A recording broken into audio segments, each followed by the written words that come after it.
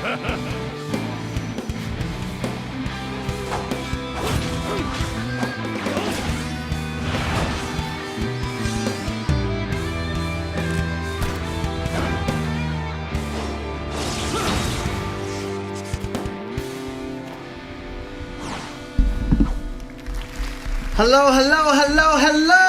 everyone! Welcome to another episode of That One Piece Talk. My name is Larry. Lawrence. Seb. And Lionel. This is That One Piece Talk where we talk One Piece. Woo! Let's go. Hello, everyone. How you doing today? Episode 194. 6 episodes away from episode 200. Today's agenda will be discussing and reviewing One Piece chapter 1142. To everybody that's joining us, to everybody that's joining us for the first time, I want to say thank you for joining us. We hope to provide many laughs, also some interesting theories, because this chapter might have given some of us some ideas, and also thank you for being here. We really hope you enjoy yourself. To everybody that's here once again, because you've always been here, yo, we got mad love for you. Thank you so much for supporting us, especially the people on Spotify and Apple Podcasts. I do want to list some milestones that we happen to reach over the week. So for the first time ever, we have hit over 10,000 followers on Spotify. I don't think that's including Apple Podcast listeners. So thank you to you guys. We hit over 120,000 followers on TikTok. Yeah. We hit over 60,000 followers on Instagram. Okay. We hit over 40,000 followers on Facebook. Damn. And our latest video, which honestly was a video that I went off the cuff with a theory of saying how Gabon went back to Crocus to meet with, and find out who this Luffy person was. And that's why he gave up. That video went crazy on TikTok. On TikTok, it's like at 900,000+ views. Damn. Facebook, 700K views. Instagram, over 700K views. And then on YouTube, it's over like 200 and something views. Awesome. Okay. Yeah, That's so the awesome. video propelled us to these milestones. So I just want to say God is good. All the time. All the time. All the time. So, listen, if you guys, I know you guys are going to start super chatting. Super chatting is basically a way you guys can ask us questions and we answer them. They're considered donations on YouTube. We want to say thank you first and foremost for even wanting to do that. We are a podcast, which means when you guys send them, if we're mid-conversation, we're probably not going to read them immediately. So I ask of you to please give us some time to answer them. We like to do it organically. We like to have a show. So we're going to do it after each section of the chapter. And if you don't have super chat bread, please do not super chat. All you got to do is just like the video, and that's more than enough. So thank you so much to each and every one of you who continue to support us in every single way. So with that being said, Seb, let's say what's up to chat. Let's read some super chats. And then I think at like 6:10, we'll just jump straight into the chapter. Damn. Sorry. Just got some really bad Yankee news. Quavo, it's over. Yeah, I see a whole bunch of people in the chat though. So I see David Rep, Truman Spider, Hunchin D Hose, Jean VB, Courtney Marie, Needless, Epic, Sedgefield, Sav, Scooby Doo, Monkey D Scooby, Jen A, Zarif Spencer, Kovan Creerer, Monkey Duffy Jr., Riasat Chowdhury, Pillage, Twilight Straw Hat, Kevin Gibbs. So many of y'all in here. My screen just crashed. So if you haven't already, hit that like button. It does help with the YouTube algorithm. But I'll get right into super chats because we have a lot to discuss today. We had a super chat that's been sitting since like 5 o'clock. So I hope you're still here, Needless. But $10. It says, won't be able to get to make the stream today, but I'll catch the vid at work. I guess he's probably not here. One question. Do you think Loki will try and save the kids? Love the stream. Can I get my Larry tax returns? Hashtag like the stream. Hashtag Larry tax. Yeah. I would say yeah. We'll probably touch more on it a little later when we get into the chapter. Yeah, more. that section of the chap. But yeah, I would say he would. Yeah. Yeah. Law? I don't think he would. Okay. Why not? Honestly, I don't think he cares.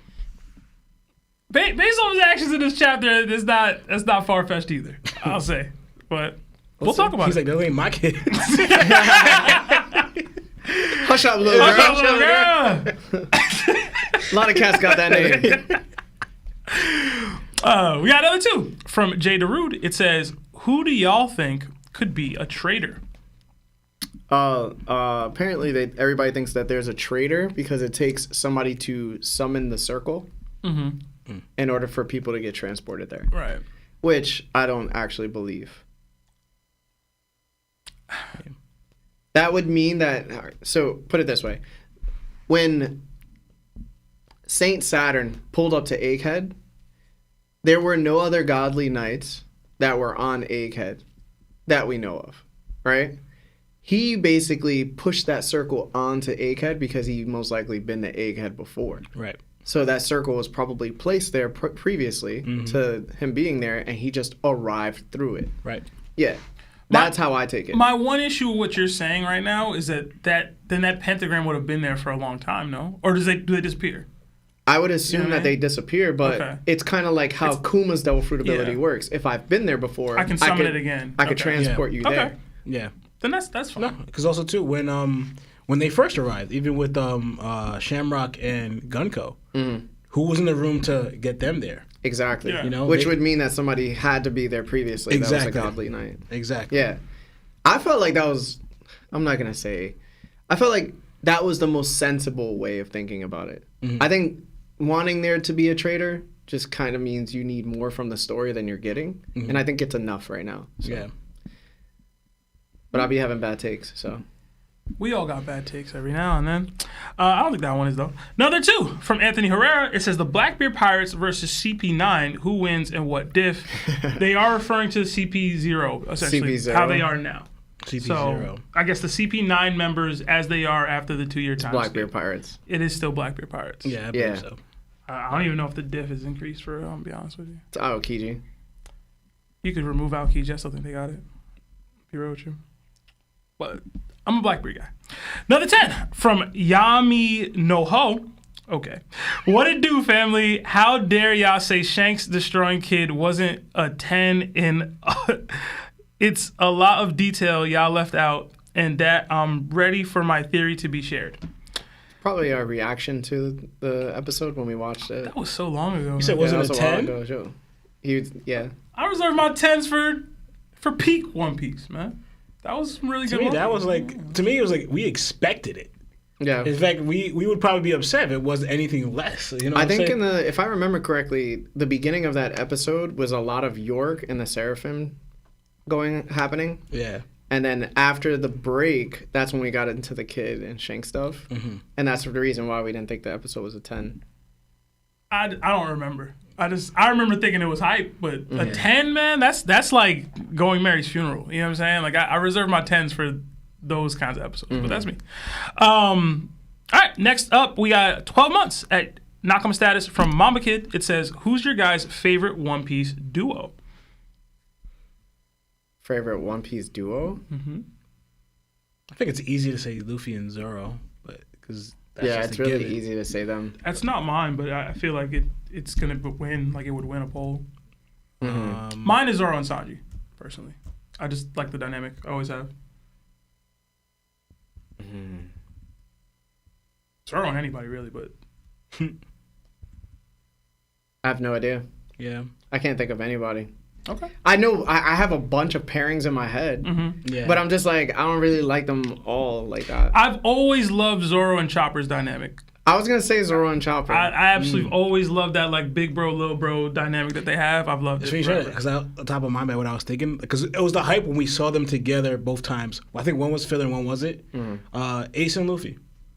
When they got paired together, you know? When we saw it first time back in... It was in the Alabasta arc. I'm not sure what island they were on, but or it could have been Alabasta itself, but like that time, and then later on in Marineford War. Yeah.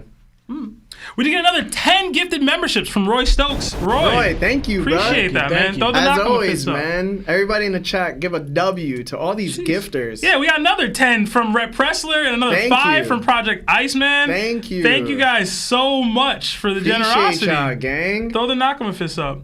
But we did also get a $50 super chat from Limbs. Let's go. Their first ever super chat. Hey, thank you. Thank you for the generosity. Thank you so much. Lim says, been a Spotify listener for about a year now, and I'm finally making my first live today. Thank you. Hype for a great pod, boys. Hashtag Seb the Goat. Hashtag First Tax.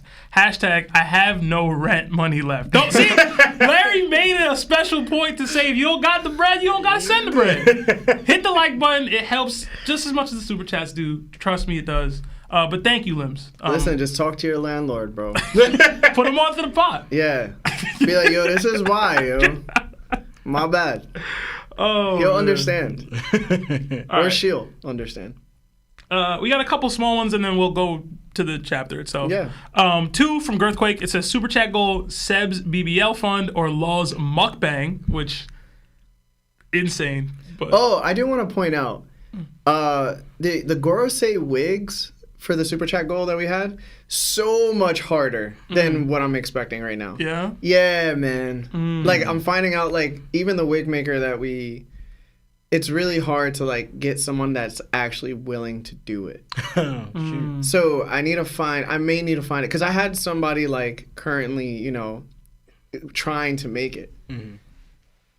They kind of, like, gave up.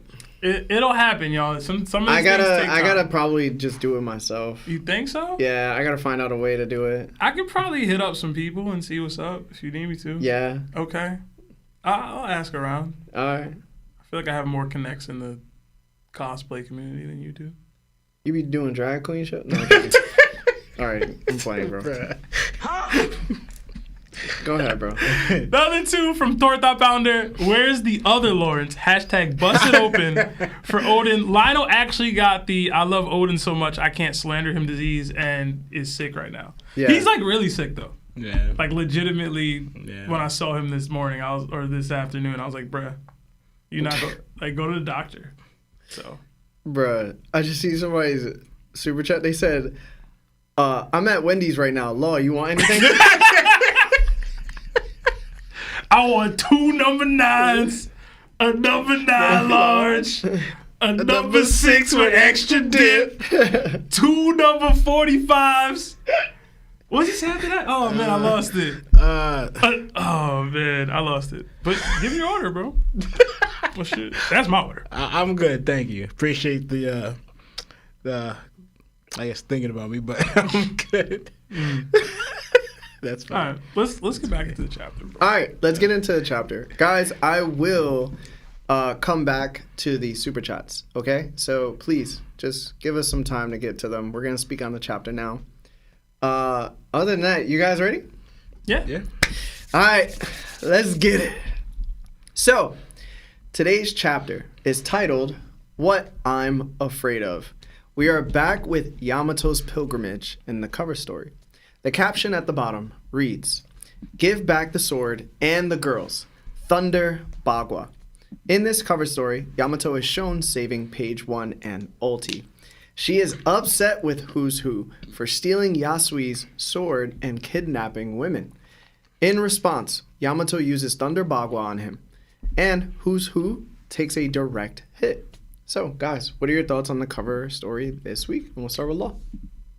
Not much. I honestly was like, finally, because I feel like Yamato was just waiting and watching for a good minute, all this stuff to go down. It could have probably happened faster in real time, but I don't think Who's Who got one-shotted from this. I was thinking he probably did, but I was looking at, only reason I'm saying that I don't think he did is because I'm looking at it, it's hard to tell, but I don't see much hockey that she put into it, you know? Like, I don't see hockey, a lot of hockey hardening or conquerors. If she did do that, then I'm like, yeah, boy got one shot. You know, it's over. But it seemed like she just kind of just did Thunder Bagua, very basic attack. He should be able to go, but also, like, I don't know. So, to me, I'm leaning towards he's going to be hurt. Like, he got hit, like, clean, flush, right? Blood spat from him. But I think he could be also he's not even in his Zoan form. So he's baseline. So he could be one-shotted, but I think he's still up. But I would say definitely if I saw more signs of Haki hardening and Conquerors into it. But yeah. So I think they're actually going to have it's going to be a little battle here. We're going to see more effort put into it where she's going to save Page One and Ulti. Ulti. And they may join her side or her cause or whatever. We'll see. Because also she is Kaido's daughter. So I think respect for Kaido, they might, But yeah. All right, 7. Yo, I would agree with you if this was like a regular chapter, but it's a chapter cover. You know what I mean? And like Oda don't be caring. he don't be caring about how he scales people in these chapter covers at all, bro. And I know I've trolled Katakuri, but like we've seen Katakuri take L's to like Caesar, and like he don't care for real with how he portrays these people in these moments. So. I think he's done. I think we're gonna move on to the next thing. I think we move on to her talking to Ulti or Page One or freeing them or however that goes. Like I think the who's who element of this is done, which is kind of sad because I like who's who, and I think he's strong enough to probably survive something like this. But he didn't seem to have any awareness that it was about to happen. So I don't want to say he got stuck, but getting caught off guard by a Thunder Bagua could end the fight. You know what I'm saying? Especially if you're not in your full zone mode. So I think he's done. I think he's down. I think it took one shot. Which is, again, unfortunate because I like the gas who's who a little bit. But, hey, man. Shout out to Yamato, man. Yeah. I don't know, man. If she one-shot this dude. Bro. Even if it is a cover story. That is disrespect. Oda don't care, bro. So I'm trying to tell you, don't, man. Golly. You don't care. I'm gonna keep it a bug, bro. She go on the straw. This is the reason why she not allowed on the straw. I'm trying to tell ya. Because if she doing something like this, like without Haki, just one shots who's who. Jinbei easily like what 5th? Like after Sanji, if you're in that, because I believe Sanji is not stronger than Jinbei, but just for the general masses, just know he'd be 5th, right? So it's like, bruh. I don't want to open up that Pandora's box, but just know she wouldn't have did that to Queen. Cap.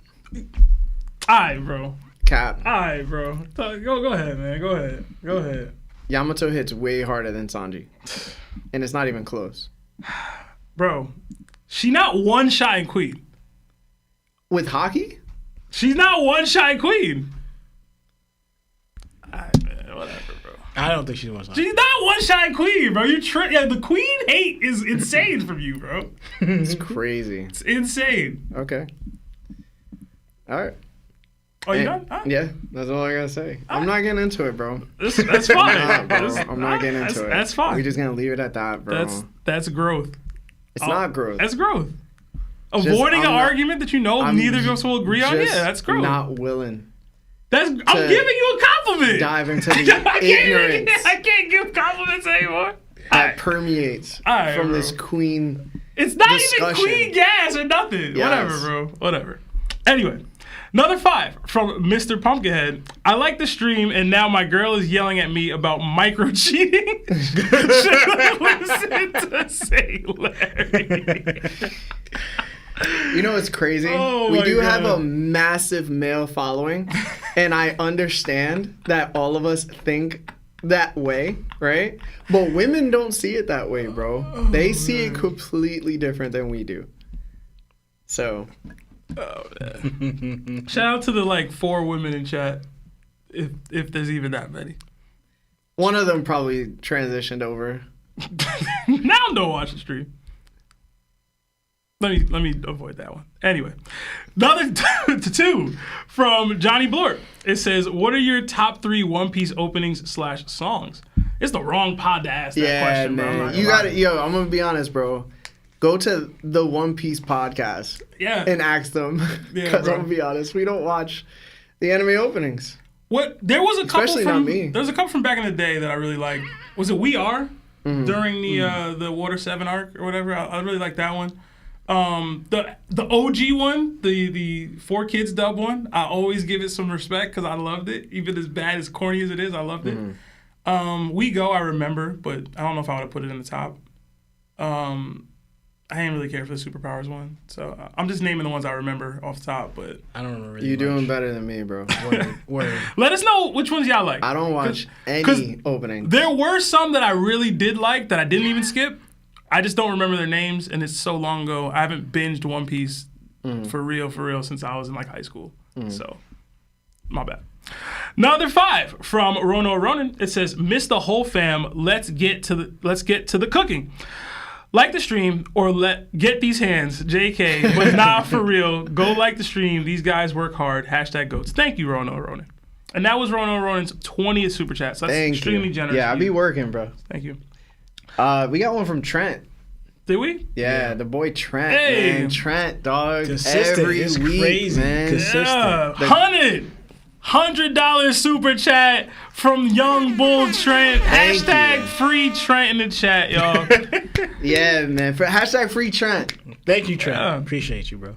It says, "Yo guys, ready for a great stream and review. Wanted to ask, I have a 7v7 flag football tournament and it may be streamed and wanted to see if the community wanted to watch the link. So also wanted to thank this community again for being welcoming to me. Hashtag Larry Tax, hashtag Top on Top, hashtag Larry Goat." How do we? I guess maybe a link into the Discord. I don't know. Yeah, that would be how we do it. Yeah, just post it in the Discord. Yeah, post it in Discord and add me so that I can probably try to tune in myself. Obviously, if it's a Monday, I don't know if I'll be able to do so. But Trent, yeah, I'll see if I can tap in, man. Yeah. Lawrence used to rock football, man. He used to do the 7-on-7s too, man. Mm-hmm. Used to go watch those games, bro. That's back in the day. Word. Jeez. Back in the day when I was young. But yeah, hashtag free Trent, y'all. Number 5 from Skylance. It says, "Bro, I'm still not caught up again. I heard Gabon challenged Luffy though, then ducked. Please tell me that's not true." It's not true. It's not true at all. At all. It's not true. What? Don't believe It's Sebastian. not true. Don't believe him. In the most basic terms of what happened there, he did challenge him. He didn't challenge him. He challenged him. No. Luffy went into a certain situation, and Gabon said, "Yo, I'm good. I'm chilling, bro. I'm all right." That's the most misleading way you could explain like anything. Hey, man. I just need Scott to read the thing. He can determine how he wants it for himself. He got to read it. Number 5 from Kirby. It says, "The kids going missing and the King Von of Elbaf all being freed in one day is diabolical. Hashtag Loki D crash out. Hashtag like the stream. Hashtag BBC Mondays." Calling Loki King Von is wild. But I see the correlation. We got another 5 from Shadow. It says, "Hey, Top Crew. We're going to pour one out We're gonna pour one out now for Larry's future kids because that dad tax is gonna be insane. LOL. Hashtag Larry tax." Your taxes on kids. Bro, He will, bro. I'm gonna probably have kids at like 2080, bro. 2080? Yeah, man. 2080, bro. That's how it's looking. Gosh damn. Yeah, man. We got another 80 SEK from Ruined King. It says, what crews would the Straw Hats join if they couldn't join Luffy's crew? I'm going to say none. I don't think any of them would actually join a crew. Half of the beginning of were like opposed to even being pirates at all. I don't see how they would even... The only ones I could see possibly joining crew besides Luffy is maybe... No. Robin. Revolutionaries. I thought Robin. I thought Brooke. Because she's alone. They would have to find him first. Yeah, to find them. Robin, I could see her trying to survive. I thought of Jimmy, but no, he was legit captain of his own crew. So he's not joining. Jim may be crew hopping, bro. No, but at the end of it, he was the captain of his own crew, so he was fine. He would just stay. So yeah, but mostly it's like Robin and Brooke. I think if they find Brooke. Yeah. John D. Water with the 10 gifted memberships. Thank you so much to everybody that received one. Please say thank you or throw up the Nakama fist. Let's get back into the chat. All right. Yeah. All right. The chapter opens up with a massive snake, at the Walrus school, causing chaos among the giant children who scream for their teacher's help. They believe the enormous snake, Jörmungandr, did I say that right? Yeah, you're good. A creature that brings an end to the weak. The snake begins to wreak havoc, destroying parts of the school as the kids flee for their lives. Inside the faculty room, a random giant informs Principal Tusk Mr. Blade, and Miss Ange about the giant snake outside. Ange, I think it's Angie or Ange. I'll just say Angie. My bad. Angie questions whether it could be a beast from the underworld and wonders what it would be doing in the Sunworld. Tusk suggests that they should notify the chiefs, while Blade insists on evacuating everyone. As the snake targets one of the giant children, Principal Tusk rushes out with his hammer. He takes aim and swings at the snake, inflicting serious damage. Soul then enters, having jumped down from a tree. He apologizes to Tusk for his late arrival and, using a hockey fist, slams it down on the snake's head, causing the tree beneath it to shatter from the impact. The giant children watch in fear and amazement at the display of strength from both Tusk and Saul. Despite his back pain, Principal Tusk expresses gratitude to Saul for his help. It is revealed that Tusk was once a giant pirate warrior. Saul urges him not to mention it, and he questions where the snake could have come from. The children ask Principal Tusk if he used to be a warrior, and they hear rumors about Saul's past in the Navy. Robin inquires whether there are creatures like the snake in the Sunworld, to which Saul responds that there isn't much of anything like that. Chopper is in awe of the snake's size, and Saul apologizes to the children for the chaos. However, Chopper soon realizes that something else is wrong. So, Seb, what did you think about this part of the chat? All right, so I don't know why, but I did think that stupid pun in the beginning of the chapter was funny as hell to me. They're like, oh, it's going to put an end to the week. And they're like, you mean Saturday? I was like, come on, man. Like, I just wasn't expecting that. So when I read it, I was like, come on. I thought it was funny. I thought, like, it was weird that this dude was just, like, sitting down while this was happening. But I'm like, he's just kind of doing his principal duties. Like, he didn't anticipate a giant snake pulling up. But it was kind of weird. Like, he's just sitting, talking, discussing what to do while the kids are running for their lives. Like, yo, I was like, Mr. Blade, handle it, bro. Like, what are you doing? But then seeing Tusk rock the Jörmungandr was cool. And then seeing Saul pull up and rock the rocket like back of his head like that. He had a super corny name for his attack, and I was like, I guess if you're gonna be a teacher, like this is the kind of stuff that you do.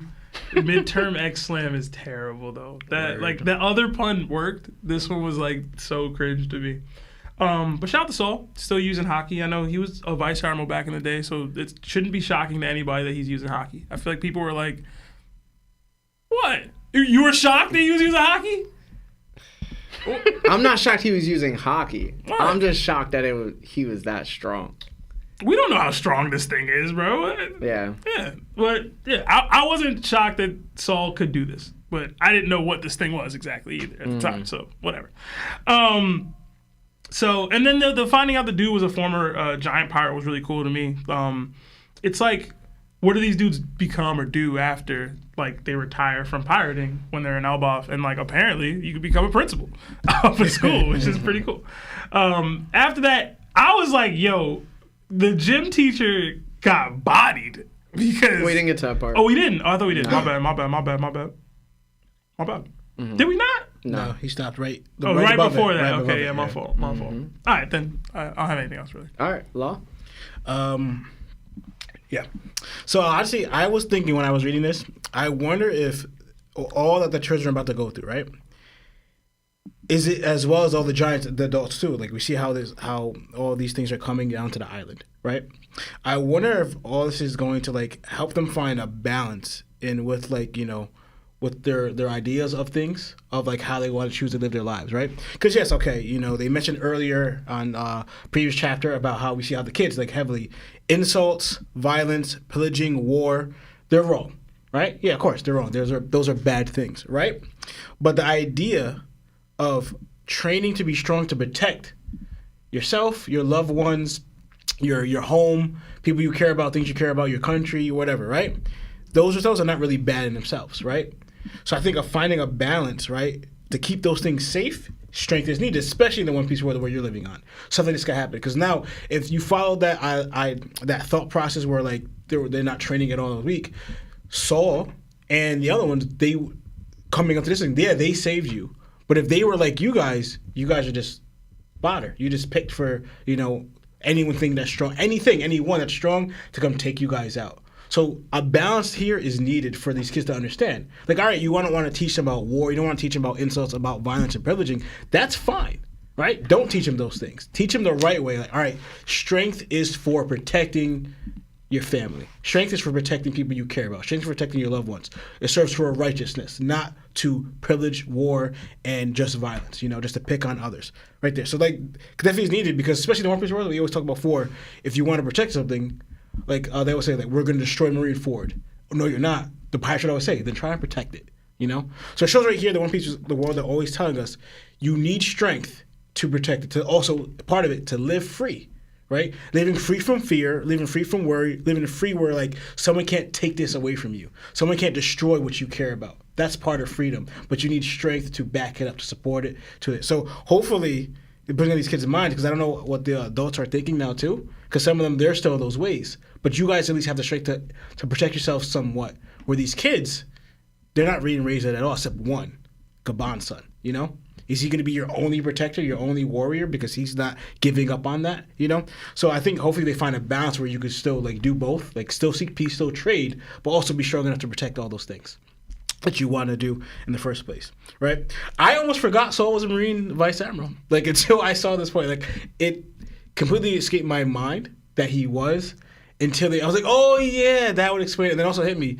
We actually never seen Saul fight before this point because the whole time he refused to fight when he was going against Aokiji and protecting Robin. He just kind of like, no, I'm not going to fight them. I'm just going to use myself as a shield while you run off, right? And they started laughing, showing Robin. He focused on comforting Robin, then fighting, So we actually there's no way to real gauge his strength beforehand, right? But we all know. He fought a little bit.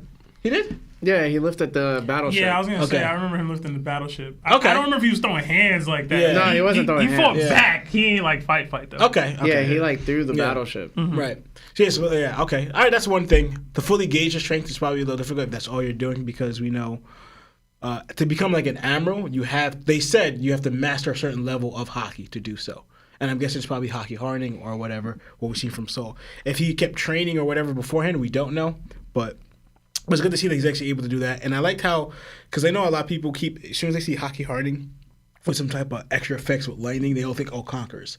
And I think the more they're establishing, too, we're seeing more, because I always believed that it wasn't Conquerors just because you see that. Because we see a little bit of lightning coming from Saul's fist, right? To kind of showing here, just because we see those effects from Conquerors, from hockey hardening, doesn't mean that everyone's a Conqueror. It's just showing more powerful hockey is being used, or that's the effect of hockey. So that's what we're seeing here. But I think that's all I have right now. All right. As soon as we got the Jörmungandr reference, I suspect that, like, we're not going to have that devil fruit pop up in the series now. It's going to pop up in my later point, but go ahead. No, do you? Yeah. The action sequence of Tusk swinging off on the snake, and then in that manner, followed by Saul jumping off the top of the ropes to deliver that hockey punch, was amazing. I now want to know more about the former giants, the former giant pirate warriors. Mm-hmm. I think Oda's great at writing. I just want to now know about them even more. Yeah, they kind of give off that Roger feel. Like, you just want to know more about the crewmates on Roger's crew because it's Roger's crew. Mm-hmm. And it seems like because we're getting so much Elbaf lore and Elbaf history, I want to know more now about the ancient giants more than anything. I want to know who those kids were that, like, were writing on the mural. Like, there seems to be a lot more going on Elbaf than we probably thought. And now it's given me some interest into these former giant warrior pirates. So I felt really good about that. I felt really nice, like, knowing, like, Tusk was, like, part of them. I don't know why. I just felt nice about it. Mm-hmm. When Saul punched down on the snake, it is identical to Luffy punching down on Kaido when he believed Kaido murked the Straw Hats. Okay, I got you. A giant dragon. Because he's a giant dragon. He's basically a huge snake. And then what does he do? He does Gear 3. Mm-hmm. And then Kaido's whole face plants into the ground. You saying Oda recycling his rhymes? It looked like it. He's right. He was referencing it for sure, because if you look at the panel of Luffy punching down on Kaido, it's like identical. So it did that look was really, familiar. I ain't gonna lie. it was pretty nice. Listen, Vice Admirals, they vary in strength, dog. Yeah. We just saw get one shot by, you know, a regular giant. Not a regular giant, but they got one shot by Dory and Brocky. And it wasn't like they used Conquest of the Sea. It was like, nah, I'm just slamming my axe down. No named attack. You know what I'm saying? Yep. So they're going to vary in degrees. Saul's a D. He's a D-Clan member. Yep. I feel like any D-Clan member is going to have some type of strength that you're just going to have to respect, right? That's just how the show just happens to work. So I always compared Saul in the Vice Admiral categories more towards Garp. Like, he's probably like the second strongest Vice Admiral, because the rest of them aren't really that good at all. The 2D clan members are the two strongest admirals. Yeah. Vice admirals. Is Saul the Double second D. strongest Vice Admiral? Yeah. In my opinion. Which other Vice Admiral? They haven't had great enough showings. For I mean, Suru's a Vice Admiral, right? Come on, dog. That's my girl, man. She like the Sakura. Hey, man. Hey, listen, man. Sakura will body saw. I'm a straight call it how I see it, man. Sengoku, Garp, Suru. That sounds a lot like Naruto, Sasuke, and Sakura. All right. That makes Sengoku Sasuke? Is that how that works? Yeah. I guess. I ain't mad at it. Just know Sakura will body Saul, though. Listen, man, there's different vice admirals. Like the two vice admirals that were gonna be promoted to admiral position, the chick and the other guy. I was gonna bring them up, but we don't. Know But I feel them. like exactly we know nothing about them. You have Manga, who we favor because he's just like super cool. We don't know much about him, right? Except that he's a good swordsman and he was able to resist Boy Hancock to a degree by stabbing himself. But I want to mention it's my like, boy, but he probably not. Jaguar D. Saul, man, definitely the second strongest vice admiral we've ever seen, and he's not there. So if Saul was there, I guarantee you they probably would have offered him the position of admiral instead of the other two. But would that be politics to try to like gain favor with Elbaf, or like what we doing? It depends. You know what I'm saying? Like I don't know. I don't know how much that those positions go to politics versus just straight up strength. But. No, because then they had another giant too. He wasn't being John the Giant. Yeah, he was the first giant. Yeah, but you can't be trash. you can't be fodder. But they're not promoting Smoker. He versed. You got a lock in? Here you go. No, he versed bro. one of the strongest people in the show. It's kind of upsetting to say that he's fodder. That's fair, but come on. Come on, what? Come on, you use that argument for so many other people. Thank you. You can't But use that against them. hold on, those other people at the minimum have shown me something. That dude has shown me nothing. How could he verse Whitebeard? That's it. Yeah, if we talk about promoted to admiral, then you gotta have something for even old Whitebeard. You get what I'm saying? Like you gotta have something. A kind who got hit, he had something. He's an admiral. This the promotion we talking about. That's the promotion we're talking about. It only took was one more hit, though. You know what I'm saying? Cool. All it took was one more hit. It took one. I need you to double that if you want to be an admiral. I need double. Bruh. I need double at least. You're so unfair. Maybe. You're so flip-floppy, bro. I'm not flip-floppy. I'm just saying I got no gas from John Giant. He got rocked, and it was over. And I'm trying to think how it went. Was John approaching him from the back, too? Yeah. He blocked it from the back, and then he did the... Yeah. Didn't he get... No, he didn't. He didn't air. attack Whitebeard from the back. He tried to swing on Whitebeard. Whitebeard blocked it. Yeah. Whitebeard did this. So technically, he did take two attacks. Yeah. Like Whitebeard did the thing. He spun, and then Whitebeard jumped up and just rocked him. Oh, yeah, so he did a planned attack on this dude. I'm going to throw you And off your Whitebeard balance. casually... Come on, man. Stop it. It's Whitebeard. It's Whitebeard. I know. Yeah, you gotta start saying casually No, like it it's would've been the same. Whitebeard, bro. It would have been the same. Listen, man. We got Admiral stopping Whitebeard quaked attacks with their feet, and then we got John Giant. We're not doing this, bro. All right. But other than that, we're going to get back to the super chats for about 10 minutes. Guys, if you could like the video, please support us by liking. Just hit that like button. Let's finish up these super chats. All right. We got another 2 from Jay Darude. It says, drop that TOPT meme coin, hashtag cucksebi. Wow. Hashtag Larry tags. Y'all are terrible. Mods, what are we doing? Another 5 from Lee McMillan. It says, what do you think of Luffy's next power-up is learning his Devil Fruit and its true capabilities and powers, since he thinks he has the Gomu Gomu, not Nika? This came up in the Discord itself. I don't remember if you responded to that or not, Larry. But Are they saying he doesn't know his full powers? like they're saying that because he doesn't know that he has the Nika fruit, like if he was to learn the name and learn what it actually is, would that allow him to get stronger with it or be more creative with it, I guess? I don't know. I guess how would it? You know? I feel like Luffy already pretty creative with the fruit. It's just a matter of him being more creative intuitively versus, oh, now I know I can be more creative. So if I gave you the fire fruit right now, would you know how to like turn like the flame to a different color? Would you know what it takes to make a flame green? But that takes time. You know what I mean? Yeah, but just because you know of it doesn't mean you know the science behind it. It's different because Luffy's fruit is based off of the creativity, not like just, oh, I can... What does that mean? Again, in Luffy's case, his limit is his imagination. He doesn't technically know that right now. You know what I mean? Mm-hmm. Like, he's just kind of doing things at random. Yeah. If you know you can kind of do whatever, would that change how he utilizes it? There's an argument to be made that it would. I just don't know that it would for Luffy. That it would constitute an actual power-up. You get what I'm saying? Mm-hmm. But that's me. I think definitely Luffy could get stronger with the fruit, but I think that's more like his growth with the fruit. Mm-hmm. Him learning something, it could, but I'm trying to think, him learning, like, oh, your fruit's actually a mythical... Luffy gonna be like, yo, what's that? Yo? Yeah, exactly. I was like, what is that? Knowledge isn't necessarily power for Luffy. Yeah, I'll say and that. And then who you gonna ask?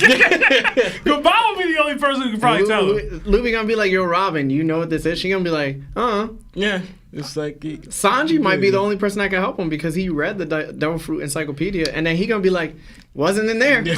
So it's like, yo, who do I talk to? Goodbye would be the only person he could talk to. Or Vegapunk, depending on the legend about you could do this. Like, but the thing is, does it even fit Luffy's personality to go to Gibbon and be like, yo, you know what this Devil Fruit is, yo? Yeah. I'm glad you asked, Luffy. Here's all the things you could maybe do one day that I could never do interacted with because the Gomu Gomu didn't exist or the Nika fruit wasn't around for it to exist. Roger didn't have it. The Emmett would be like the only one, but I don't think he's coming back. I don't know. Yeah. Or maybe Zunisha. Like it would have to be one of them. You know? Yeah. And that's only from like Joy Boy's seeing what Joy was able to do with it. Yeah. So then you're getting somebody else's creativity. Yeah. So you limiting yourself either way. Yeah. Yeah, like I said, knowledge ain't always power for Luffy, bro. Yeah. Another 5 from Lance Schultz. It says, hope you guys are doing well. Thank you for all the work you guys put into the podcast. That's all, Larry, by the way. Thank you. I know there's a lot behind the scenes to keep this going. Thanks. Appreciate it. It is. A lot of work. Yeah. I've been working nonstop. Me and Law just the talent. Another 5 from Smooth Weeb. It says, if Shanks is an MMA fighter and Mihawk the GOAT boxer, Shanks would beat him in a street fight and Mihawk would still be the GOAT boxer. What do you think of this? I 1,000,000,000% agree with this take. We've been saying this analogy for a minute. Yeah, bro. I said this analogy on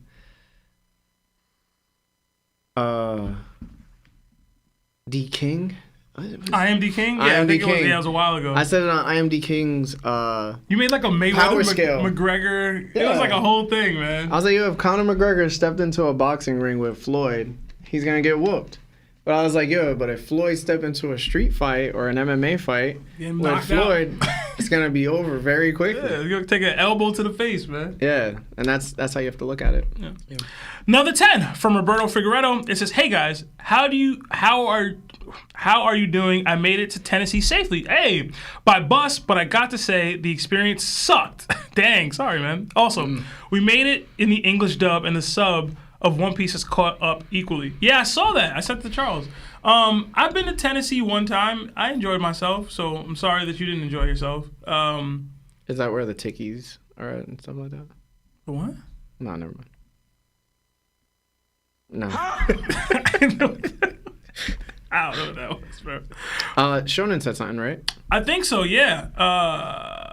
Yeah, we got a $50 super chat from our bro. guy, Shonen Showdown. I don't know why he's sending stuff. AKA Rob, AKA the boss Don of the Shonen Syndicate, the CEO himself. Thank you so much, Rob. Just paying my taxes to the TOPT Kings with the prayer emoji. Hashtag Sabo Info. Oh, man. Thank you, Shonen. Yo, listen, man. I'm cutting up a video currently where me and Seb were doing the Discord's worst takes. And Rob came up there and said verbatim that Big Mom has the slight edge over Sabo in terms of who would win 1v1. Oh my God, bro. Big Mom I'll never forget that. has bro. the slight edge over Sabo. So bad, yo. Slight edge Slight edge, bro. over Sabo. Just a smidgen. I just had to say it 3 times so y'all could understand what we heard. He said the slight edge over Sabo. That sounds crazy. Yo, don't let that deter y'all from subscribing to Yeah. Still watch him. You know what I mean? You know, so he's very entertaining. He's hardworking. The non-Sabo Holy Night takes are really great most of the time. It's just when some specific people he be wilding a little bit. We did get another member join the ship in L. So L, enjoy the emojis that come being an Akuma. That's wild though. There was a lot of gifted memberships. It's like you missed one, man. Sorry. Another 5 from Digital Cab. It says, do y'all think the Holy Knights succeed in taking giant kids, maybe even Colin, and like Ace, they become the catalyst to start the next great war? Hashtag Larry Tax. No. It would be interesting to see if at least one of them did get taken though, like all the way to the Holy Land. But if you really want to see, because you mentioned it before, and Sebastian was saying that Gabon ducked Luffy. Oh yeah, right? Ain't no ducking then. Yeah, and if Gabon lose Luffy as part of the blame for his son being taken, we may see a Gabon and Luffy rematch. You know? Oh no, you can't blame Luffy for that. He could. You can't blame Luffy for that. No, you could, because while this is happening. You free Loki. Yeah, you free Loki. We got to deal with Loki. So not only we're distracted by trying to save the kids, we have to deal with Loki at the same hand. So now the kids get taken. Whose fault is it? That's Luffy's. So Gabon would be like, yo, you helped them. You kind of aided them in by kid getting kidnapped, bro. Yeah, point. But let's do the chapter, and then we'll get back into super chats. Okay. Yeah, guys, if you haven't supported us by liking the like button yet, please do that. It helps us out a lot.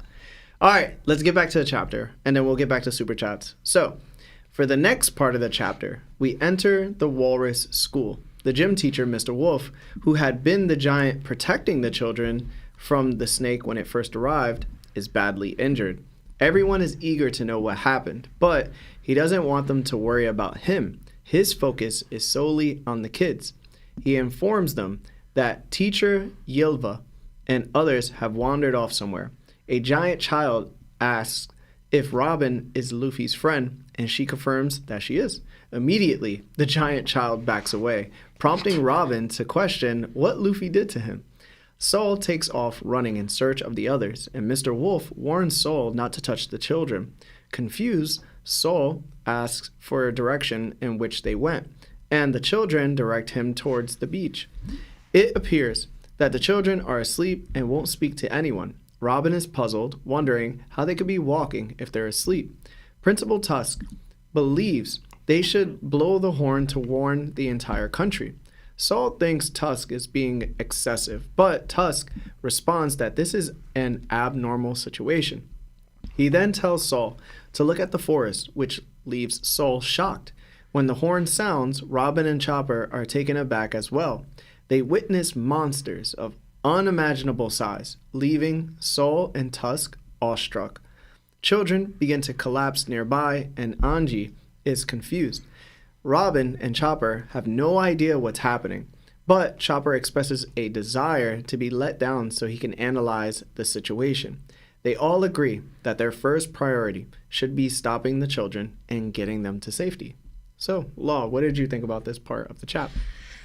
I'm trying to figure out, piecing together how these two got murked like this, because we could tell, it obviously wasn't a Holy Knight, so to speak, that came in there to do with the kids, because they're kind of like doing this incognito, right? So that phrase, "don't touch the kids," kind of makes me think that the kids, in a response, either something about is causing that to touching them, or did the kids go crazy thinking, because I don't want to give too much because it goes into later on, right? But we hear, like, later on, we get confirmation that from what she's saying. Wait. I'm pretty sure 100% who did that to him. Just based on what we saw from the kids. Yeah. I was gonna say the same. So, what we saw from the kids, right? So, it could be like I think, but what telling me is that what triggered is that him touching the kids. But I think it's a certain state because if you look at this one panel when they're all passing out, Angie's touching them, nothing's happening to her. Yeah. So I think it's when they get up and start walking, something happens, right? There's a reason. Okay. So if you look at the panel with the kids, there's an arrow. Yeah. And that's basically Gunko's arrow. So she's probably controlling it from far away, and she probably messed up. What's his name? Wolf. Yeah, messed up Wolf with the arrow. Okay, with the arrow.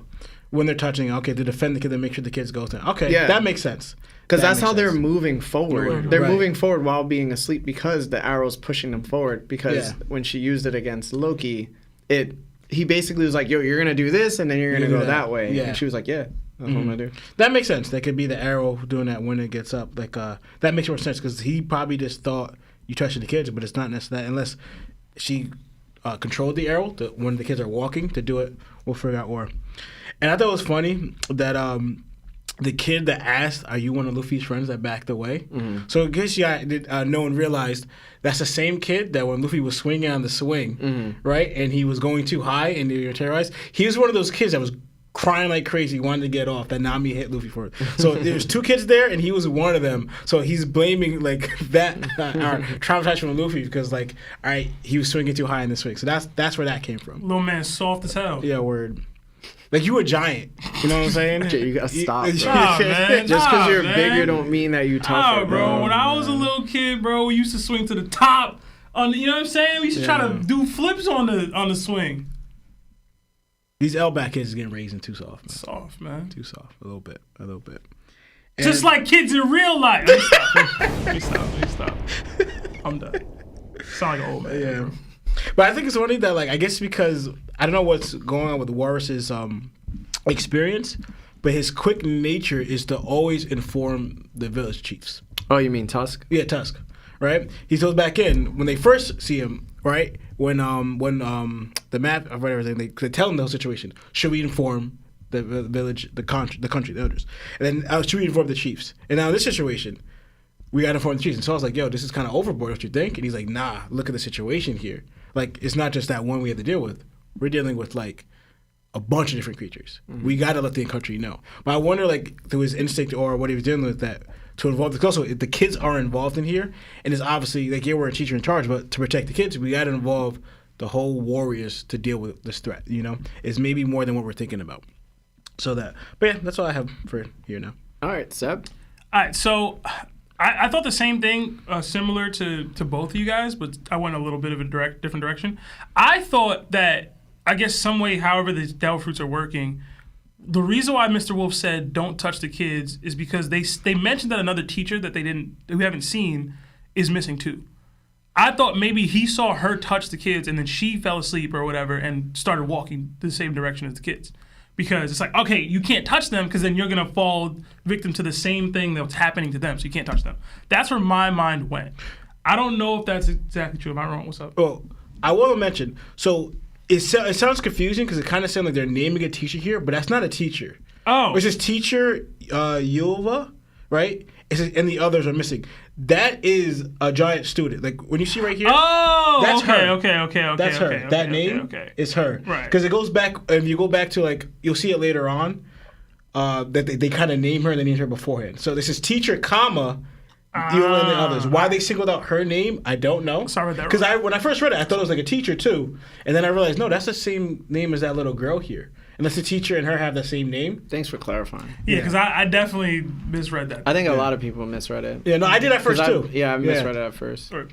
Anyway, either way, I still think it's don't touch the kids because it'll force you to fall asleep and start walking in the same direction. So I don't know how he has that exact methodology down there, but that's how my mind hide your works. little sister from him.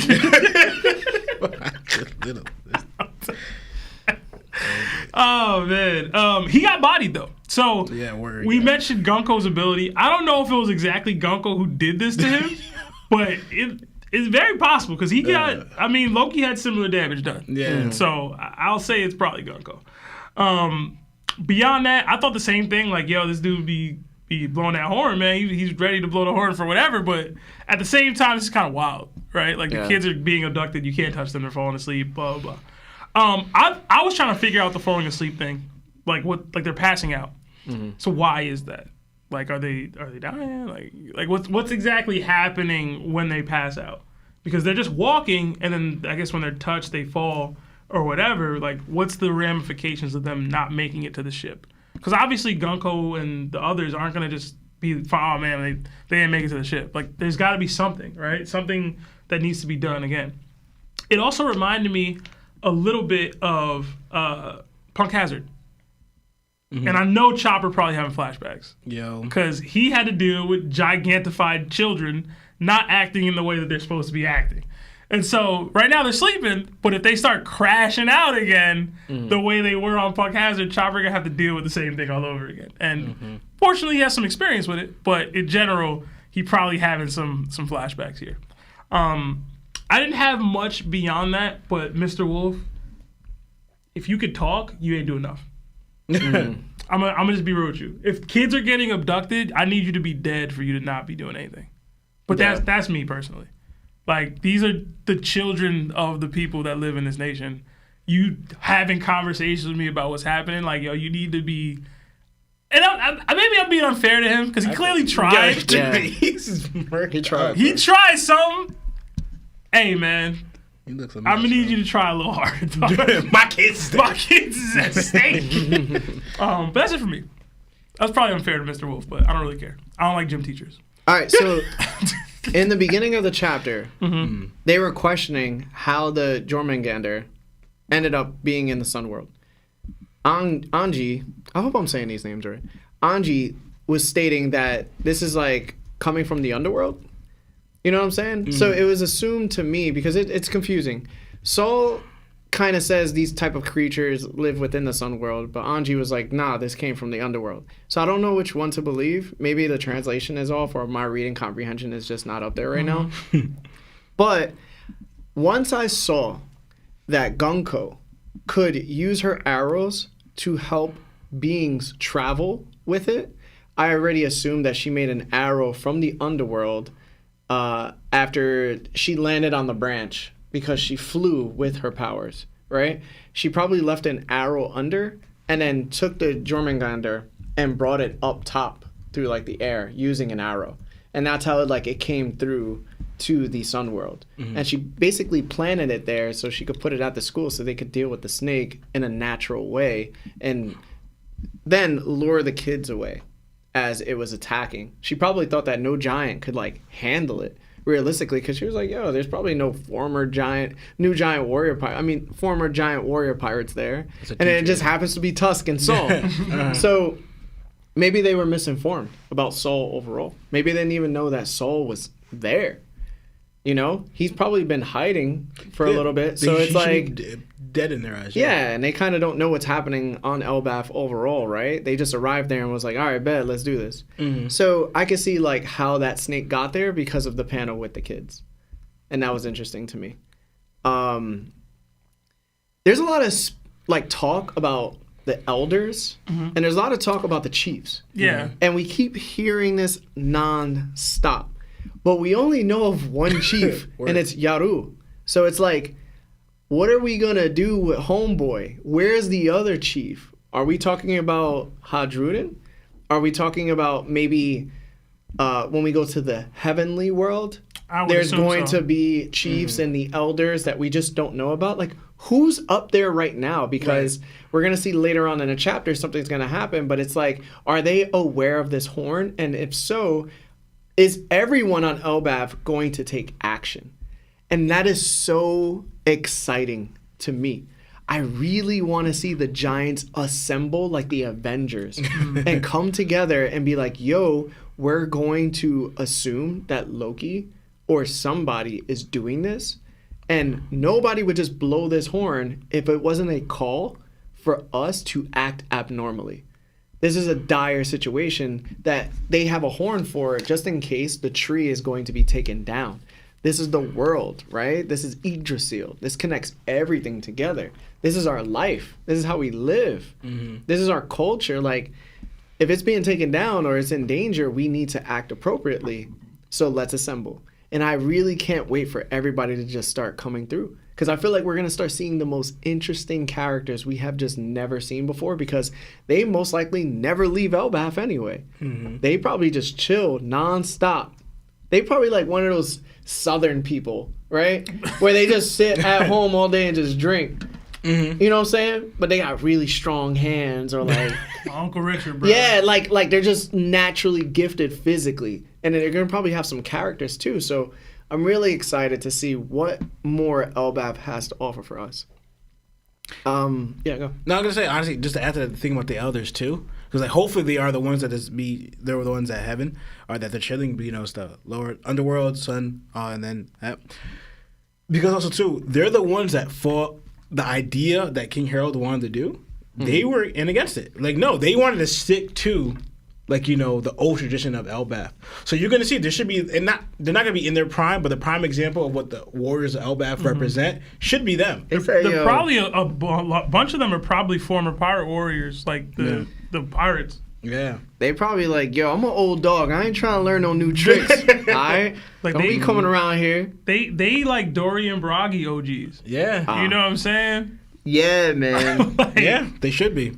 It really makes me wonder, like, I hope the heavenly world is not like a retirement home. Yeah. You know what I'm saying? Like, if you're sitting at the top like that, I need to be like who's the person that's actually in charge? Do you guys have a Congress? Like, I've mentioned that before. I hope. I just want to see what Odin, happens bro. now. A piece of me also wants to have like the Valkyries. That would be fire. Yeah, like I want to see that some would be female so fire. army Valkyries, you know. They probably have clothing like Rebecca or something like that, you know what I'm saying? And they just come down, and I'm not saying that they have wings, but imagine if they are half-winged people. Like giants and...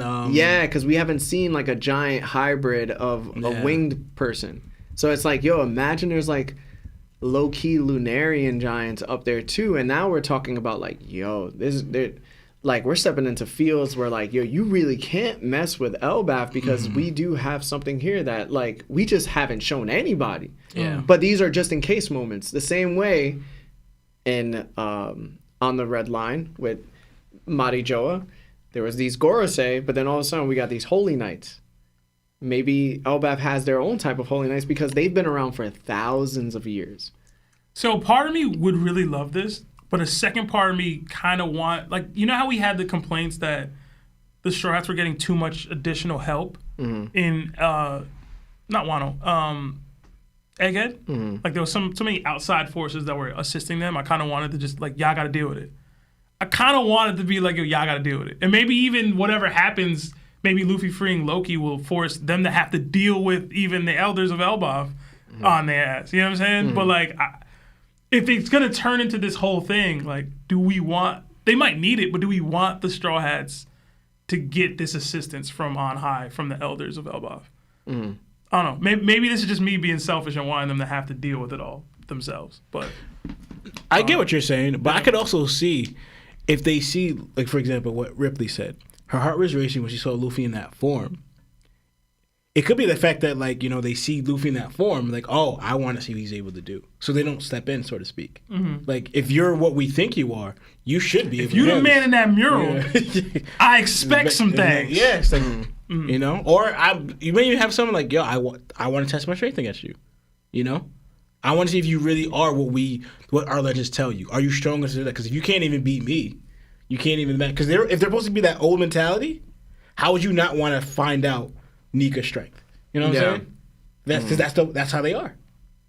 So, and I guess to fit Lawrence's point even further, if we're versing the Gorosei, and I don't know how your regeneration abilities work, therefore my Nika powers basically mean nothing to you, and it runs out immediately. So I have no stamina in order to combat that, because you're just gonna beat me long term. It comes to the forefront where narratively, Luffy's just not at the level where he could fight people like Emu. right? So there has to be somebody or some place that has to grant him this education. And why not Elbaf? Yeah. It happens to be the most important island. It's been here for thousands of years. They obviously know what Nika might be, according to the Harley text. This is somebody that they praise. Somebody they probably have history with because Joy Boy probably came to Elbaf at some point. You know, he didn't find it at Fishman Island, which was a huge disappointment because apparently Joy Boy and Poseidon of that time were super cool, but there's no history there. And I don't know how. I've mentioned that before. Yeah. But it's like, if there's anywhere that could help Luffy get to that next level, it would be here. And you've mentioned it too with, like, Yaban, right? Like, he was supposed to teach Luffy something, and then he ended up not teaching him anything. So it's like, who are we going to learn that from? And I would like for somebody from the heavenly world who has that type of knowledge or who has that type of power to come through. And unfortunately, if the Holy Knights aren't strong enough because of whoever's up there, that's what it is. But then that does lead to the fact that Imu's like, yo, since we don't have nobody strong enough to take you out, I'm just going to take your world out. Let me use Uranus to take down the Atom Tree. Kamikaze, bro. Like y'all all going to suffer then. Maybe. I'm with it, though. I mean, I know I had some slight pushback, but overall, I'm with it. The Valkyrie, It sounds Odin interesting. Stuff, Yeah. it'll be dope. Yeah. What you said, the Valkyries and all them being that would be so dope. I'm sad that I don't think Oda's gonna give us that though, but Yeah. I hope we do get something. What are the Wakandian women called? Malage? The Dora Milaje. The Dora Milaje. Yeah. I wouldn't mind because we already have Amazon Lily. It'd be interesting to see if, like, We somebody... could get a whole death by Snoo scene, bro. You kidding me? Stupid. It'd be You gonna interesting. hate it, though, because it's going to be Sanji. You know what I'm saying? He going to be like... Yeah. It'd be interesting to see that maybe the first Amazon Lily queen might have inherited the culture of a Valkyrie and then went to Amazon Lily, and then that's how they lived their lives on that island. Maybe. It creates, like, more world building. History of One Piece is something, bro. Yeah. Sorry, we just went on, like, this super elongated talk. No. Guys, we're going to get back into the super chats, and then we'll go right back into the chapter. But if you haven't liked the video yet, please hit that like button for us. Thank you. All right. We got 280 Canadian from Garbage D Fishman. It says Lionel equals Usopp, hashtag no King Hockey, hashtag ducking smoke, hashtag DF fruit user. Jeez, man. All the things, bro. All the things. That's so funny. Lionel's actually sick today, y'all. Yeah. He didn't duck for real. He's not feeling well. Yeah. He looked terrible when I saw him, man. Yeah. Another 5 from Kirby. It says Super Chat Gold. Everyone dresses up as Lawrence. Hashtag Shades Hockey. Hashtag Bald Man Hockey. That would actually be really funny. But I think we could pull it off. I feel that's the easiest what we could do. Yeah. Yeah. We could...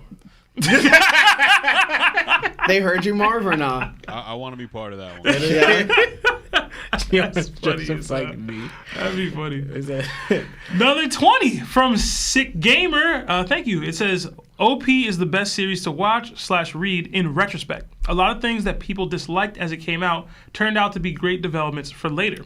It would be great to see y'all go back before the series ends. Maybe. I agree with your premise in general.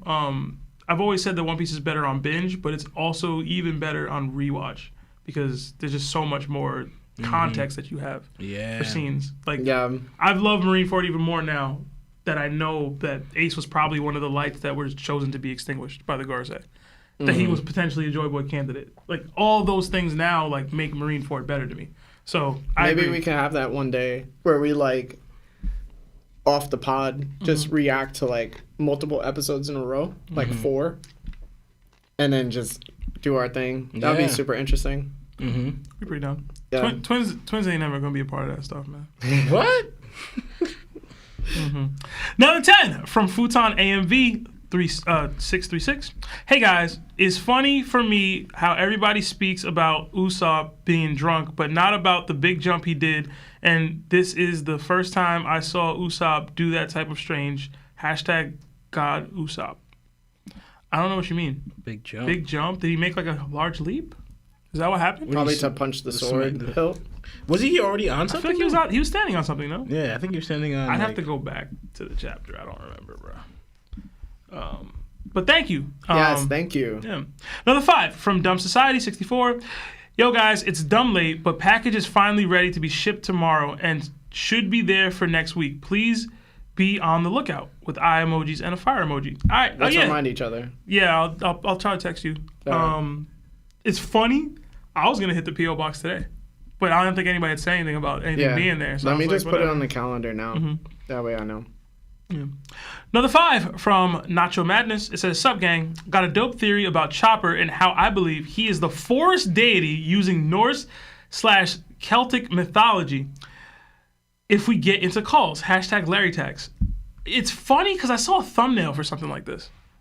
Like the forest god Chopper, and he was like flexing in Monster Point or whatever, and I was like, LOL, and I just didn't click on it. But Nacho Madness got something for it. I mean, apparently it could be true.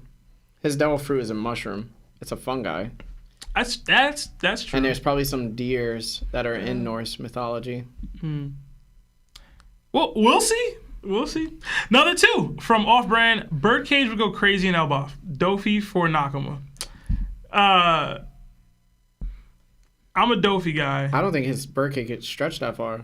Yeah, I was gonna say the same thing. It's just too large an island. Beyond that, the way they moving nowadays, you could probably cut it, bro. Probably a couple giants probably cut it, man. Let me be honest with you. Another 10 from Wise Life Jody. It says, "What's up, fellas?" With a praying emoji. Sending y'all much love on this Monday. Numbers going way up because y'all the goats. Would Zoro versus Nesjuro sky splitting have been a good thing? Wendy's Law. Skinny Seb. Landlord Larry. No. I think Zoro sky splitting scene has to be much more meaningful than him randomly tussling with the God's Knight we barely know. To me, I think the first time he should do it is against Mihawk. When that happens is up for debate, whatever. But to me, if you want to have it be impactful, that's the first time he should be sky splitting. Yeah, it should be more built up. Yeah, towards it. Yeah. Another 5 from Monkey D Butthead, but no super chat attached. So thank you. But then thank you. Followed that back up with another 5. It said, "Had to stop by and give Larry his money and please give me back my family," with a sad emoji. "I miss them dearly." Top on top with a heart emoji. So thank you, Monkey D. I was gonna do something so racist, but I'm not gonna do it. That sounds crazy. Yeah, what do you even mean? I don't know, bro. I don't even know if it was that racist or not. I just don't want to do it because it was funny to me. I'm just let it rock. How am I supposed to react to that, bro? You don't. You just bypass it. Oh man, we got another 50 from Lucky Ankle. It says ankle bone, something like that. It says gird, bro. ... Alright, that's it. ... Get up. Listen, gird will get you up, bro, for sure. Thank you so much, Ankle, man. Thank you. Appreciate you, bro. And then another 50 from JD Como. It says, thank you, guys.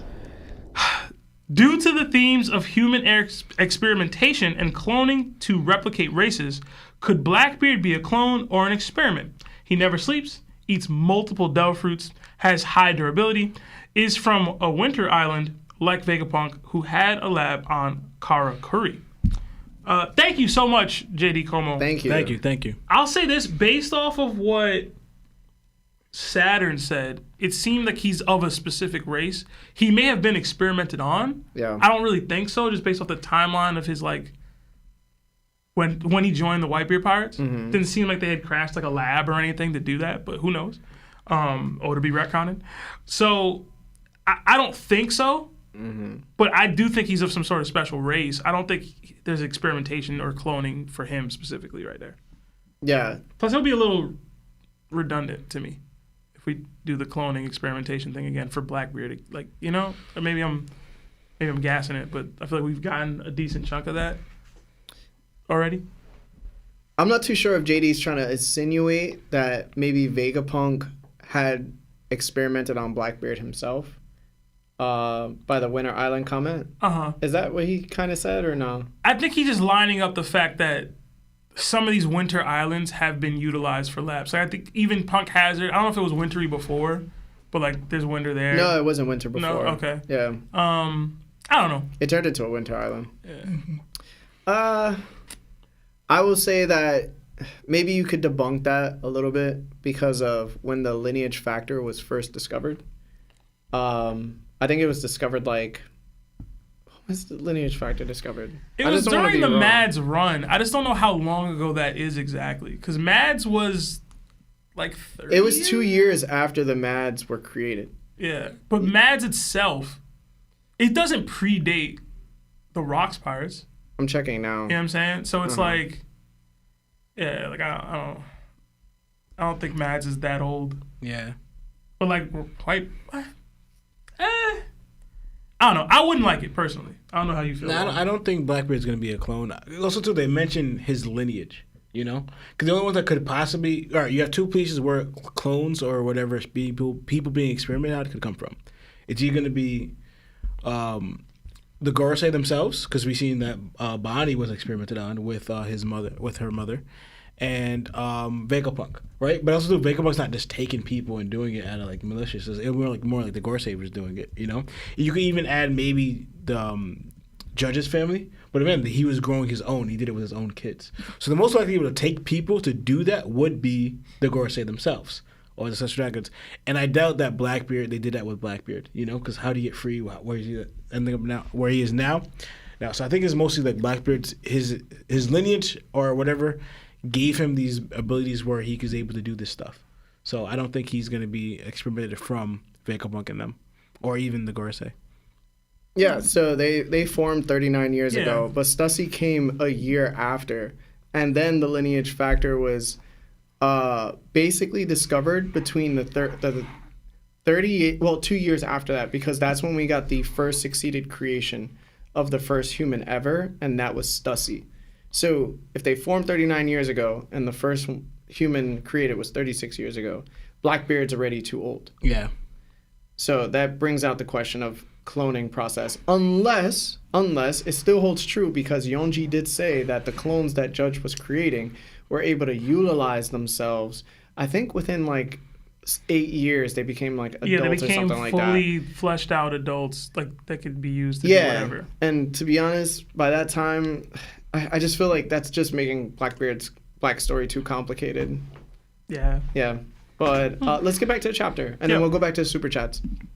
Thank you guys so much for all the generous super chats. You guys are freaking incredible. Mm-hmm. We're going to get back to the chapter, though. So once we're done with the chapter, we'll go right back into super chats. If you haven't liked the video yet, please hit that like button. It helps us out a lot. All right. We dive back into the chapter and find ourselves in the underworld, where Loki stands tall. He tells Luffy and the others that they were foolish to believe that leaving one of his legs trapped in Sea Prism Stone could contain the full extent of his power. If they truly want to save Elbaf, they need to remove the final cuff now. He is not helpless in this condition.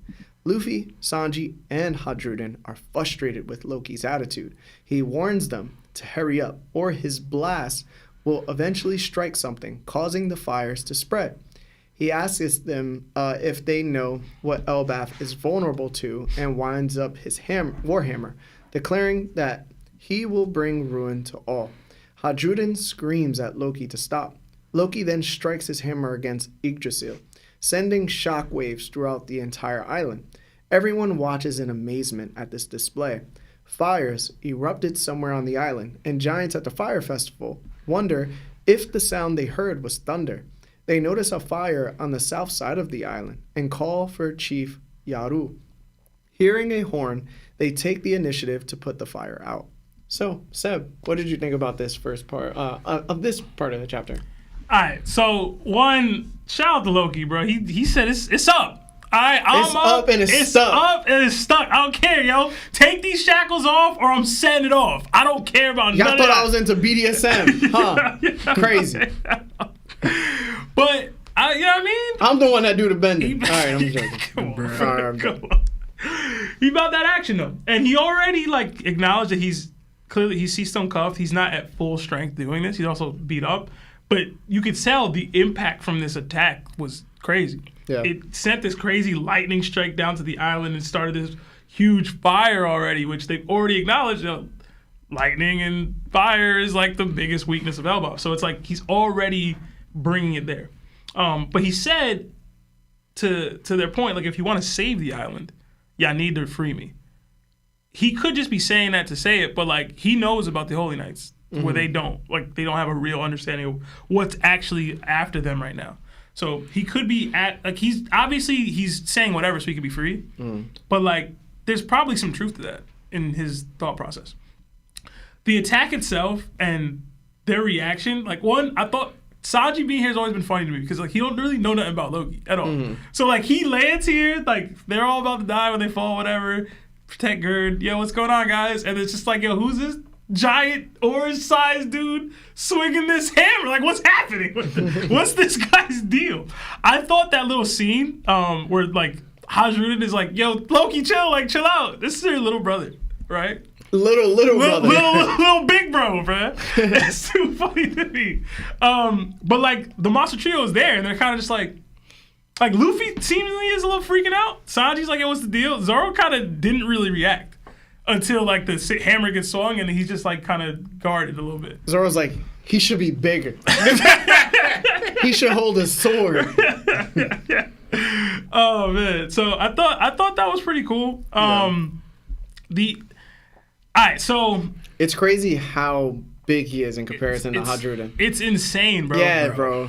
So like, if there was ever like this is how I feel with my younger brothers. My younger brothers are tall. So that the strike he did was so dope.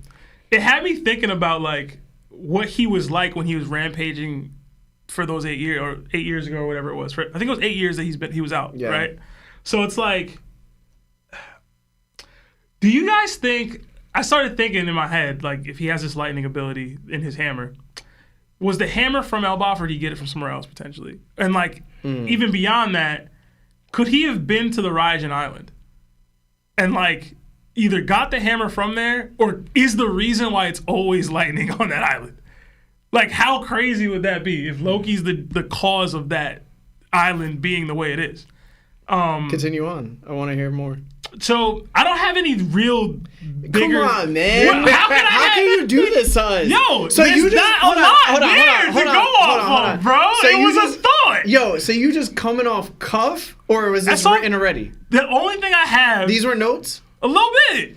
Bro, what you want from me? Bro. Nah, bro. What you want? You can't drop a fire theory then not flesh the theory out with some more thought-provoking thoughts. I'll read you my entire thought train. I don't need your whole thought train. Nah, bro. Yo, this is you're just teasing us at this point. There's not much to go off. There's an island that's constantly under lightning strike. Yeah. Every day. That's cool. Okay. You said that. I said, yo, it would have been wild. What if Loki is the origin of that? Because he has this hammer that strikes lightning. There's not much more to that than that, bro. Like, I don't know what else you want me to say. He was out free from Elbaf for an extended period of time. Maybe he was on an island. I also mentioned maybe he picked up the hammer from there. I don't know. All I'm saying is Loki could have had some sort of connection with the Raijin Island, and that's either where he potentially got Ragnir, or he's the cause for it to be that way. That's it. So if he did go to Raijin Island, right? We could probably say that if his hammer has a devil fruit in it already. Can you awaken a devil fruit inside of a devil? Well, if it's a paramecia devil fruit, right? Maybe he can like just cause the island to change the same way Doflamingo and Katakuri could. Right. Hence, it's not a Logia, right? Like Anel's, but that would make sense as to why that island is always lightning and stuff like that. I don't know. You got them flaming me in the chat about my half-ass theory. It was a good theory. It's just a thought. Give me some time, man. Yo, we always give you time. Give me some time We gave you time to write the Sabo slander. Couldn't do that. Oh my God. Now you got fire theories and you can't execute. My fault, bro. My fault. I'm like actually angry because I want to hear more. Yo, I'll try to come up with something else to connect it, bro. It's late. My bad. Nah, you ruined it. My bad, bro. Appreciate it though. You made it slightly better. That reminds you of in Harlem Nights. How you get my mouth full of water for some orange juice and you only have a little swoop left of orange juice in there? Why don't you just finish the whole thing instead of putting it back? Why wouldn't he finish this? She was so mad. That's She how I was feel so right mad, now, bro. You about to get a whole cup of orange juice and only a little Wait, bit so of you soda. said one more thing besides the Raijin Island thing. What else did you say? So the next part will go deeper into the nightmare stuff that comes later. But it's You were saying something about the lightning, though. Oh yeah, I was saying that if Ragnar, like the hammer itself, like if he was spamming it, like could it be something that changes? You kind of said it yourself with the awakening of a fruit potentially, even in a weapon, if it could change the dimensions of an island, because like the lightning strike itself, look at how large it was. Yeah. Like it hit the tree, like, but it came from the heavens, kind of thing. So it's like, look at if that's what he's doing. I don't want to say casually because he clearly put a lot into this, and there's hockey in here as well, even though he's Seastone cuffed. So it's like, Maybe. I assume that this was hockey. Maybe. There's the distinction between the lightning strike and then the hockey here. Yo. And the left corner. Maybe. We don't know. Maybe, bro. I'm done with the hammer itself. It'd be dope. It'd be dope if it was. I'll crash out about that another time. But I did start up a little discourse in the spoilers channel. I sent it to you yesterday. I sent it to you today. I basically edited up a little panel of Kaido basically defending against this attack and whether or not y'all believe Kaido could actually succeed in defending it. He's much smaller than Loki, obviously, but he hits significantly hard enough to even kill Luffy. So I posted that picture. I think you posted it in our Twitter. Yeah. So y'all let me know, man. Can Kaido overpower this swing from Loki? I'm genuinely curious. And I posted it in the spoilers chat. Somebody said this is the matchup that'll revive the DDT, which I thought was funny as hell. I'm interested in it. It's too early to say that Loki's beating Kaido or can fight Kaido, in my opinion. Let me rephrase. It's not too early. I just want to see more of what he can do before I start dabbling into the matchup itself. Yeah. I do believe that he'll be capable of going toe-to-toe with even a Kaido. But that's me having high expectations of this dude. Yeah. But that's really it for me. I'm excited to see what happens next. I was going to say, so I know this looks super impressive. Loki smacks the tree with the hammer. The after effects completely overwhelms you, right? We already can't grasp the size of Elbaf. When we look at it, we're looking at Loki, who's basically the tiniest of specks in the underworld, which we can't even see that well. And it's not as big as the mountains, right? Everything on Elbaf is just extremely, extremely big, even to giants that live on it. So for us to see this lightning gauge itself from the bottom of the tree all the way to the top of the tree, and it's so massive that like it spreads itself out wide as well, we take that in and we go, ooh, that was a strong attack. But if you kind of think about it, was it a really strong attack, or was the dispersion of lightning so grand that it looks stronger than it actually is? Because it's lightning. Lightning is going to shoot off, right? Granted, you have to generate enough power in order for that to, do its thing. But we necessarily don't know how this Warhammer is at all anyway, right? So it's like how it works. So for me, I'm like, listen, the Loki hype is real.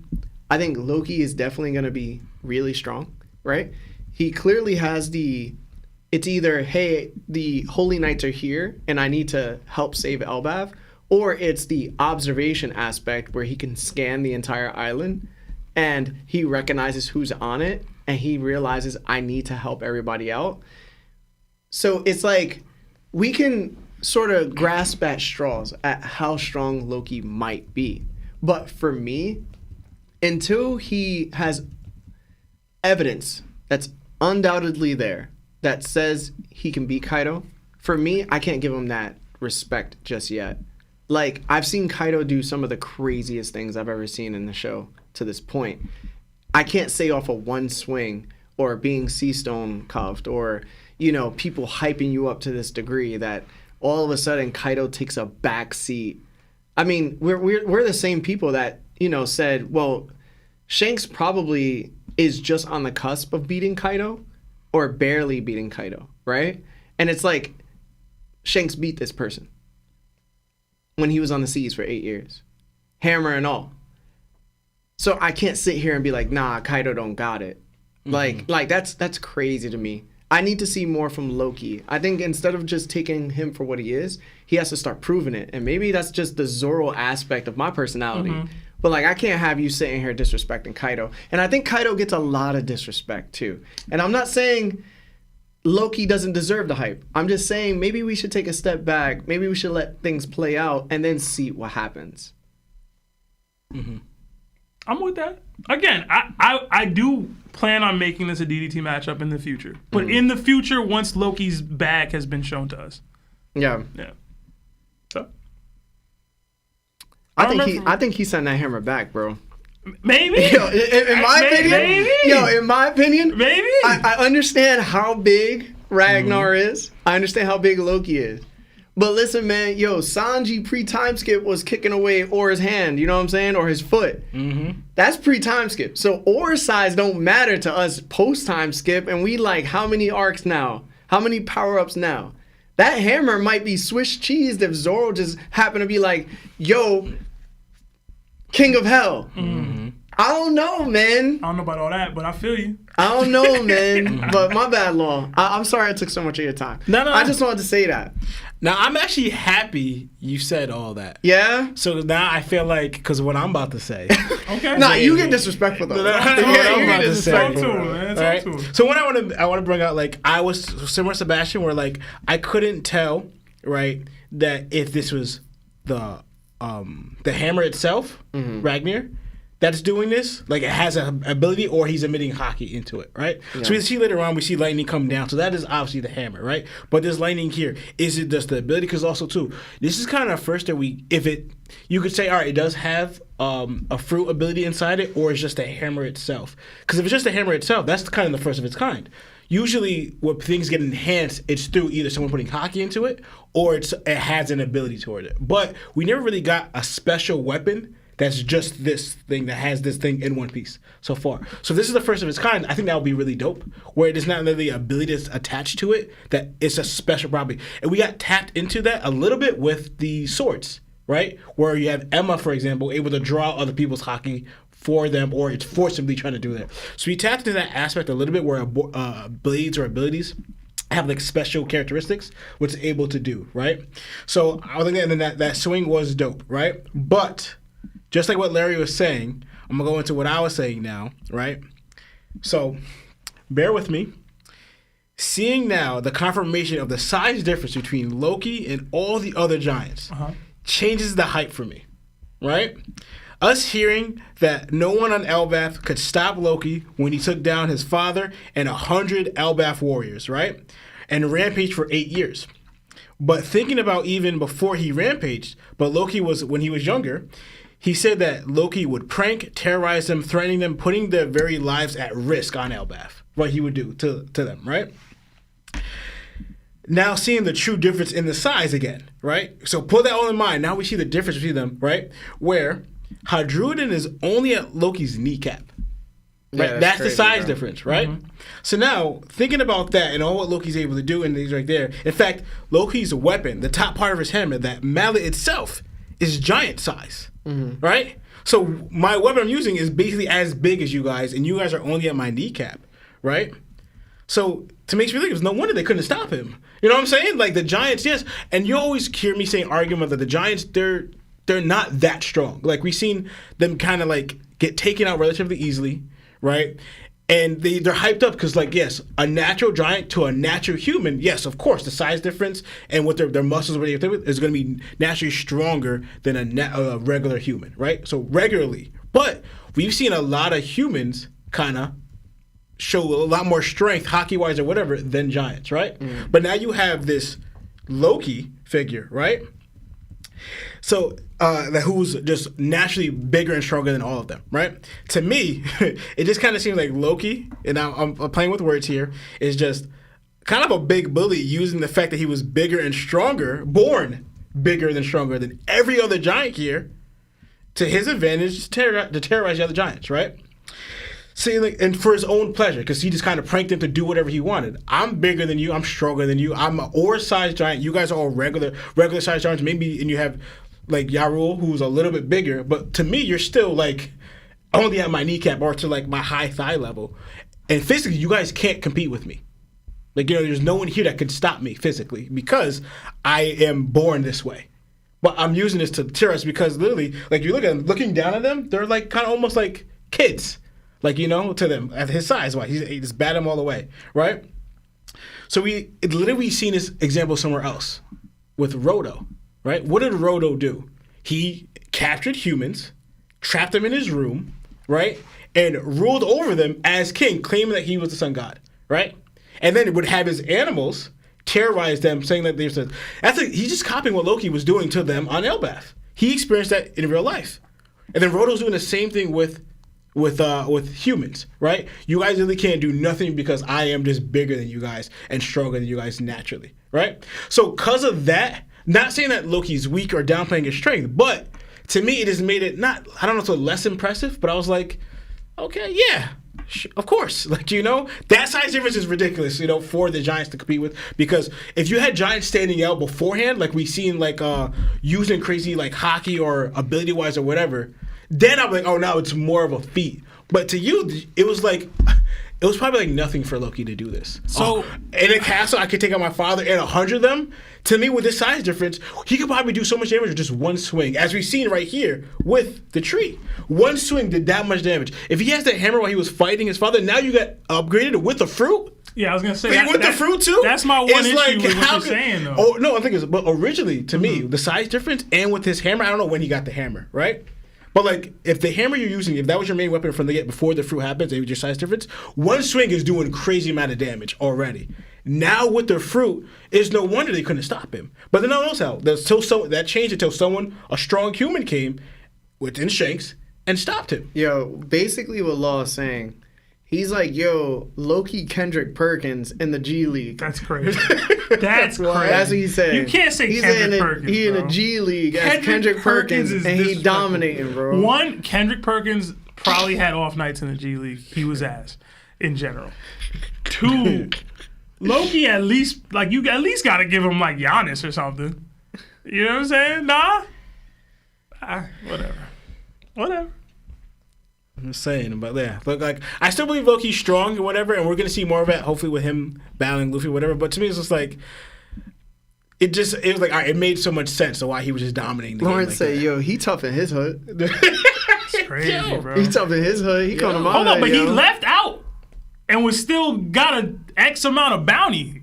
Granted, that's after the Devil Fruit with the hammer. But Yeah, listen. It could have been, yo, I'm a prince of Elbaf. I mean, if you're going anywhere to strike at lightning with your ability, bro. Listen, man, yo, you a giant, yo. You ore size. Yeah, man. How much was Orange Jr.'s bounty? Let's probably check. not that high, Let's bro. check, To be honest yo. with Let's you. check, yo. Bounties have been inflated. Oh, now they inflated? We gotta see you, man. I gotta see this. Listen, man. You got anything else, Law? No, that was about I think that was it. Yeah. Hold on, let me check his bounty real quick. I don't even know if we got a bounty for Orange. I don't think we got a bounty. And the only thing I wanted to say was Oh, we did. we did. Probably like 500 million. Just for him being little ores, it's 550 Yeah. million. That sounds about right. Yeah. And now, if you the prince, Nah, bro. you the prince of Y'all Elbaf, disrespecting. prince of Loki. Elbaf, No, yo, no, why I'm just not, saying. yo? No, I'm just saying, dude. I can see why the Giants couldn't do Listen, nothing against man. them. To He's me, more than just bigger than that. Like, he's stronger than that. I said that But, naturally. like, he's more no, than but that. he was born bigger and stronger. Because the Giants go with the reason why they're so strong is because of their size, the size of their muscles, their bones, all of that. Now you have someone that triples that. Lawrence would have been upset. Lawrence like that one dude that go to Costco's and he sees like the 6'5" dude and he'd be like, yo, why you here? Why you not playing ball? That's me. Every time, bro. That's what I be tight. That's what Lawrence Why is are saying you about stocking Loki. shelves, bro? Come who? Yeah, like if Loki literally was just chilling, he'd be like, yo, I'm disappointed, bro. Who gave you all this ability? You ain't doing nothing with it. If I had that ability, I would have been dunking. That's what he's saying, bro. And what was the side thing also? Like Luffy, really? Like, hey, Oh, you upset now because he's doing what he said he was gonna do? Right? Oh, like the whole time they're warning you about you. You're getting a call off guard because Loki's living up to what he was gonna. In Luffy's defense, he didn't give them any time. He went. If you want to save Elbaf, take these cuffs off, man. Bam! Like he gave them no time, bro. No, but he gave them no. But that's what I mean. No, you ever been to mini golf? But no, that's what I mean. They was warning you about Loki. You acted shocked now, like, hey, oh snap, Loki's what? They've been warning you. They've been telling you for 10 chapters. Yo, who this is? And you were trying, he a good guy? No, he not. He's not a good guy. I don't know where you're not listening. I hope he's not on some level. Because it's like, it just would be different. And also to me, Loki saying that, he's like, if you don't free me, right, cuff now, in these conditions, I legit think he's like, if you don't free me, I'm going to keep doing this. Like, that's what he says. He's like, I'm going to take down this tree. All right. I stop. I'm going to go attack somewhere else. Listen, like, that's him. Either I save the kids or everybody dies. Yeah. That's it. Like, that's all it is. I was laughing hard. I was like, Luffy's like, hey, like kind of like over inside, like, what's up with this guy? It's like they've been telling you who he was the entire time, and Loki kind of showed you who he was. I will say, Luffy has been seemingly unprepared for this when you should have been very prepared for it. Yo. You know what Luffy reminds me of, kind of, since like Egg has started to now. He kind of like reminds me of Goku in like Dragon Ball Super. Mm-hmm. You know, Z Goku, or even movie Goku. Movie Goku was different from like Z Goku, right? Like he was willing to murk anybody. He was always serious. He took things seriously, and then you get to Super, and it's just like he's an idiot. Yeah, completely. He's a child in a man's body. Yeah. I feel like that's what Luffy is experiencing right now. Like he's a child in a man's body. Meanwhile, on Wano, he was that boy. Do you want to know why? Somebody mentioned his daddy Shanks, and he's acting like a kid again. Oh my god! No, I'm gonna tell you right now. Y'all love it. Sebastian, y'all love Shanks. This is what Luffy reverts back to. No, but if you when Shanks is brought up. You want to think about it, right? But if you talk about the whole thing, he's undoing what Shanks did. If you the whole respect thing, you heard that Shanks multiple times. Shanks is the one that felt the need to capture him and lock him up because he was wilding out. He's all like, I don't care. Like, I don't care if Shanks felt the need to capture this person. Sons disappoint their fathers all the time. Like, he's kind of like saying, I'm going to undo what Shanks did for 6 years. Hey, you know what I'm saying? In One Piece, is their fathers disappoint their sons. Okay? Let's not get it twisted. Don't put that narrative out there. Hey, man. No, Luffy just wanted. He was getting bored of Elbaf, wasn't living up to the hype. I want the warriors. Yeah, that's really what it is. Everything big, but I ain't fighting. Yeah, so, I ain't really like that. The first Giants also was at war for 100 years. What y'all on? Yeah, kids is peaceful. Nah. I went on a swing. This dude's scared. What we doing? I want problems. I don't want peace. He just said when he saw Colin, Simon has some backbone. What happened to peace? Yes. This is what Luffy wanted. He wanted Elbaf to be crazy. Yeah, bro. He wants the chaos, bro. Yeah. This is why nobody want him over his crib. They're like, yo, don't come on my crib. That's how you thought about me back in the day, bro? I did. That's crazy. I really did, bro. That's crazy, bro. Yeah. You weren't respectful, bro. I was respectful. I was scared of your mom, bro. Yeah. But, Law, are you done? Yeah, I'm done. All right, so I disagree with you, Law. I actually think Loki is a misleading character. Okay. I think he's meant to mislead us this entire arc. In this chapter, he tells everyone himself that he wants to straight up save Elbaf. He's never been that direct before, ever. And then he says, yo, they need to undo his final cuff because he obviously needs this off in order to be at full strength. Then he winds up his hammer and slams it to the tree while declaring that he will bring ruin to everything. It's as if he wants everyone to know he's a force to be reckoned with, despite having the biggest heart beneath all that bravado. And when did we hear that on Elbaf? Is when he talked to Shaggy. Shaggy was like, yo, you have such fierce language, but it's hidden. I mean, you're trying to hide your kindness. You're trying to conceal your kindness. So I think that's what we're seeing on display right now. I think Loki knows for a fact that currently if he's not free, because he doesn't know how strong Luffy is, right? He doesn't know that he's Nika. He doesn't know how strong Zoro is. He doesn't even know how strong Sanji is. He just knows that Gyaban is probably on the island, right? Which he knows for sure. And he's like, yo, he's not going to cut it either. There's too many of them. And then we got the Shanks character, who ain't Shanks. And, like, if he's anything like his brother, he gonna body me. So I'm gonna have to, like, really, like, step up and do my thing while being injured. So I think he's at a desperate point where he's even faking how hurt he actually is. So for me, it's like, if we were told by Gerd that he's not the shame of Elbaf, and especially since, you know, he keeps portraying, even through Luffy's eyes, that he might be a good person, there's obviously, you know, more to this. I think that he's definitely trying to save Elbaf. He's just doing it in a way that causes everybody to be in an uproar, because he kind of just does things stupidly, like our favorite protagonists in the show. They mean well, but they just do it in a stupid way. What else? This also brings me even more clarification that he probably was protecting Harold from one of these holy knights that must have came through whenever they came through, and he was protecting them. And this is what it's starting to seem like for me still. I'm still on the board that, unfortunately, Harold wasn't a traitor. Mm-hmm. Like Sebastian has led to believe that he was a traitor, and I think that Loki was actually trying to save Harold to some degree. The same way he's trying to save Elbaf. It just looks bad. Like, he probably killed the 100 Giants on accident. You know what I'm saying? But it's just like his luck. He doesn't mean to be mischievous. It just happens to him, right? Mm-hmm. If you guys ever saw, like, Fire Force with Tamaki, you ever seen Fire Force with Tamaki? Well, she has, like, a luxure, I think that's how you say it, luxure nature, where, like, perverted things always happen to her for no reason. Lecherous? Lecherous, there you go. Always a lecherous nature. Like, she'll, like, trip over something, and then her clothes will come off, and then a guy's hand will be, like, on her boob. And he'd be like, yo, get off me. And she'd be, like, hitting him because he's the one touching her. And he's like, yo, I didn't do anything. Mm-hmm. And I think that's the type of luck that Loki has. Bad things just happen to him. You know what made me think of when you're saying that? Vash Stampede.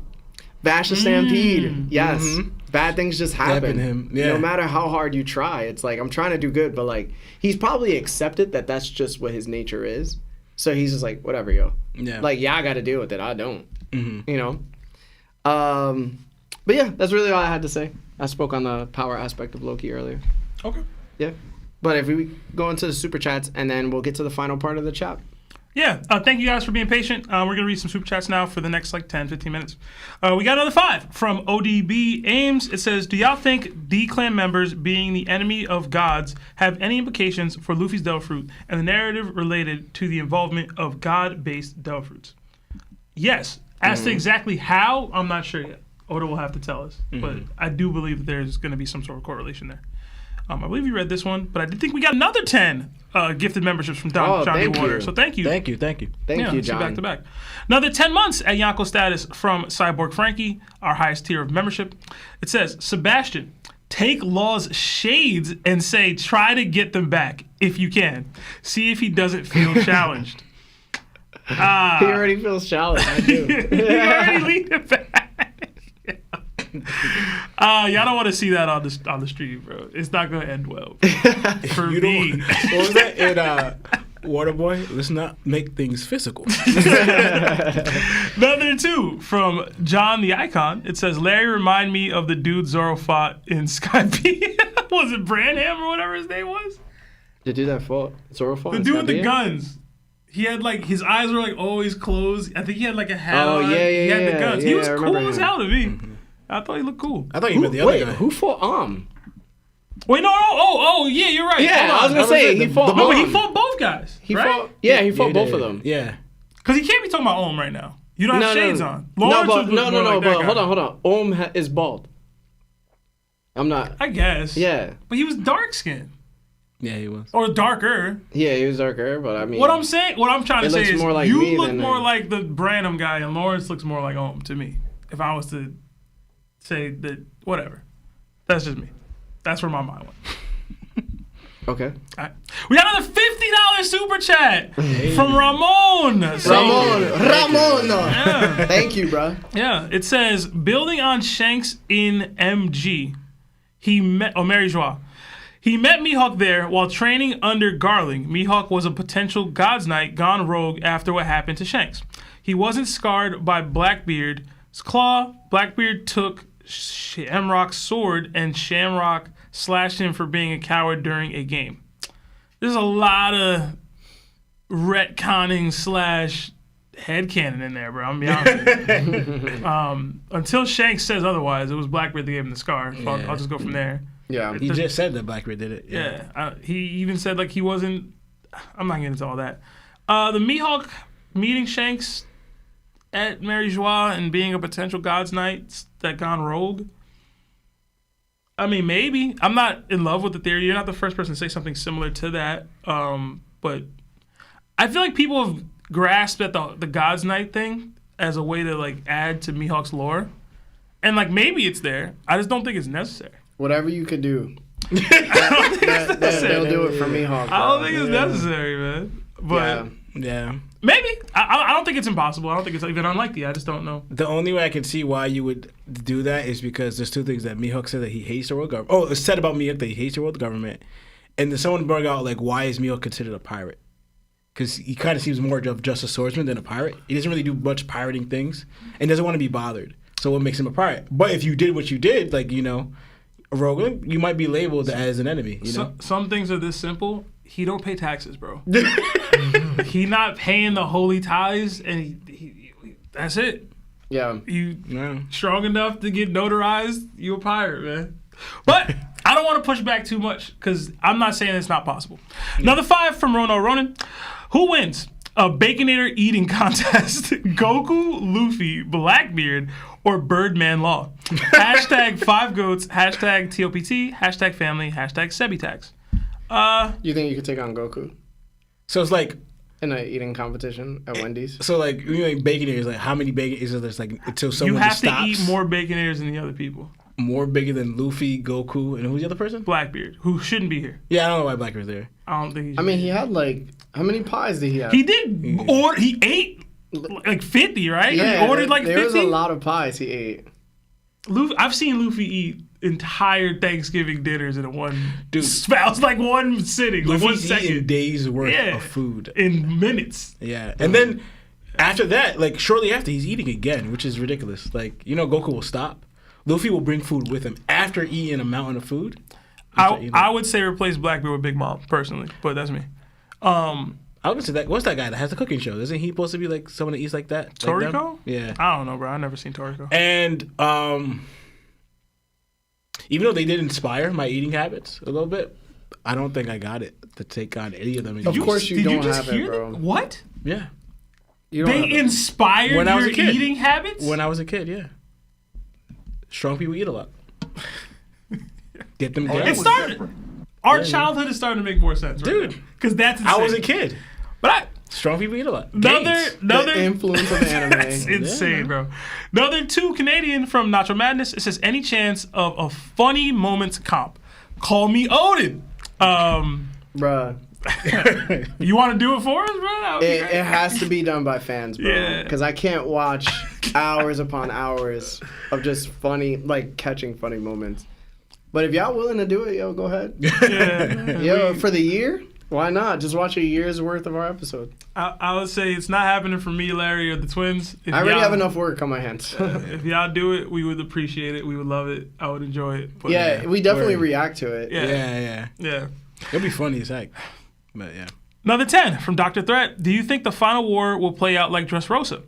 Celestial dragons and Marines versus an alliance of pirates. During the battle, the Marines join forces against the Celestial dragons.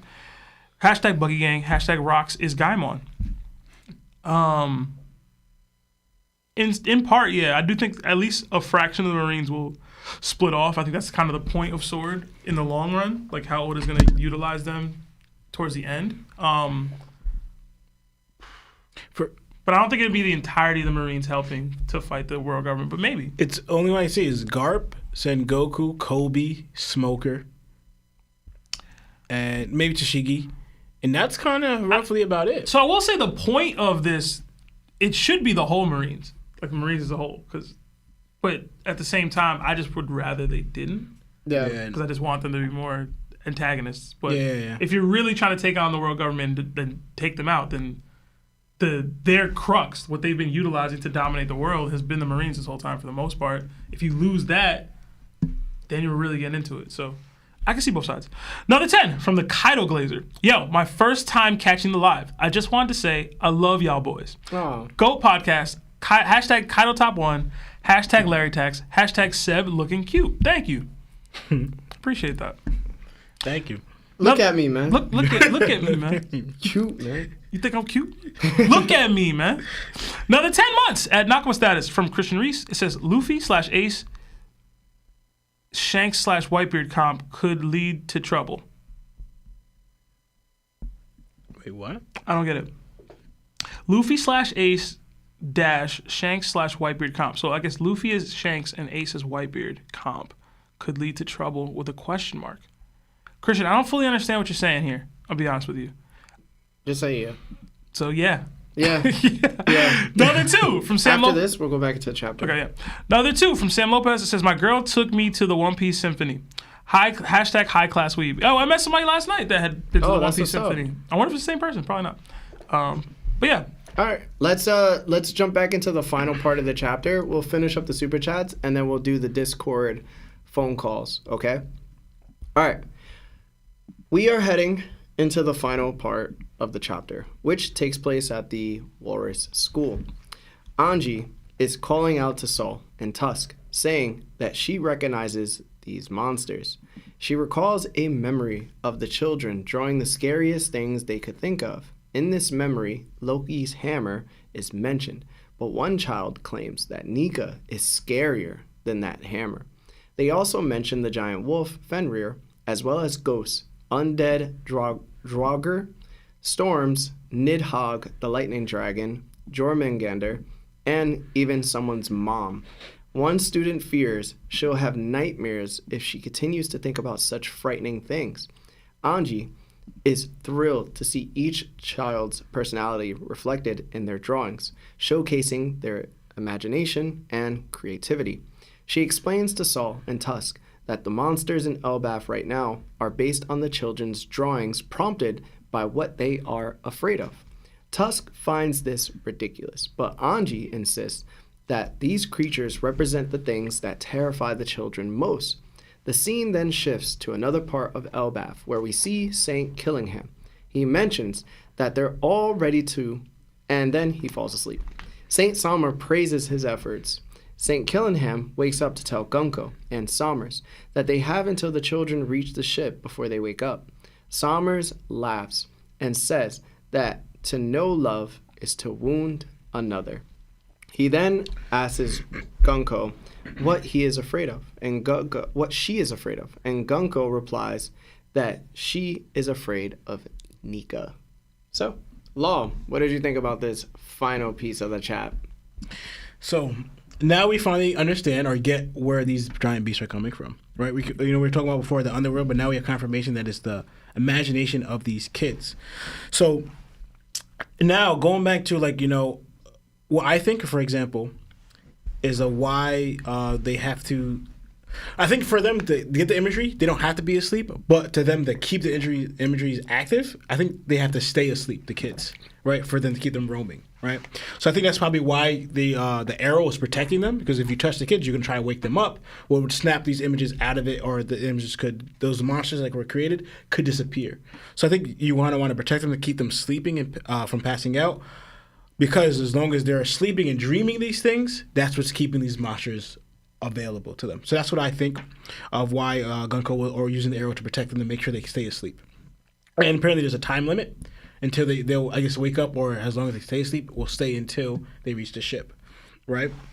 And it's crazy because to me I thought of how this could low-key be over a powerful ability wise, depending on it, right? So now one, it won't be if it's just for example, you just have a large image of that thing, right? And it's just big and it's made through destruction because it's huge. Because we see the comparison, because they're supposed to be far in the distance. but the giants are looking at it, but they're like so small compared to the giants while they're in the distance. They're like that big compared to the giants while they're like mountain or so away, right? They're that big.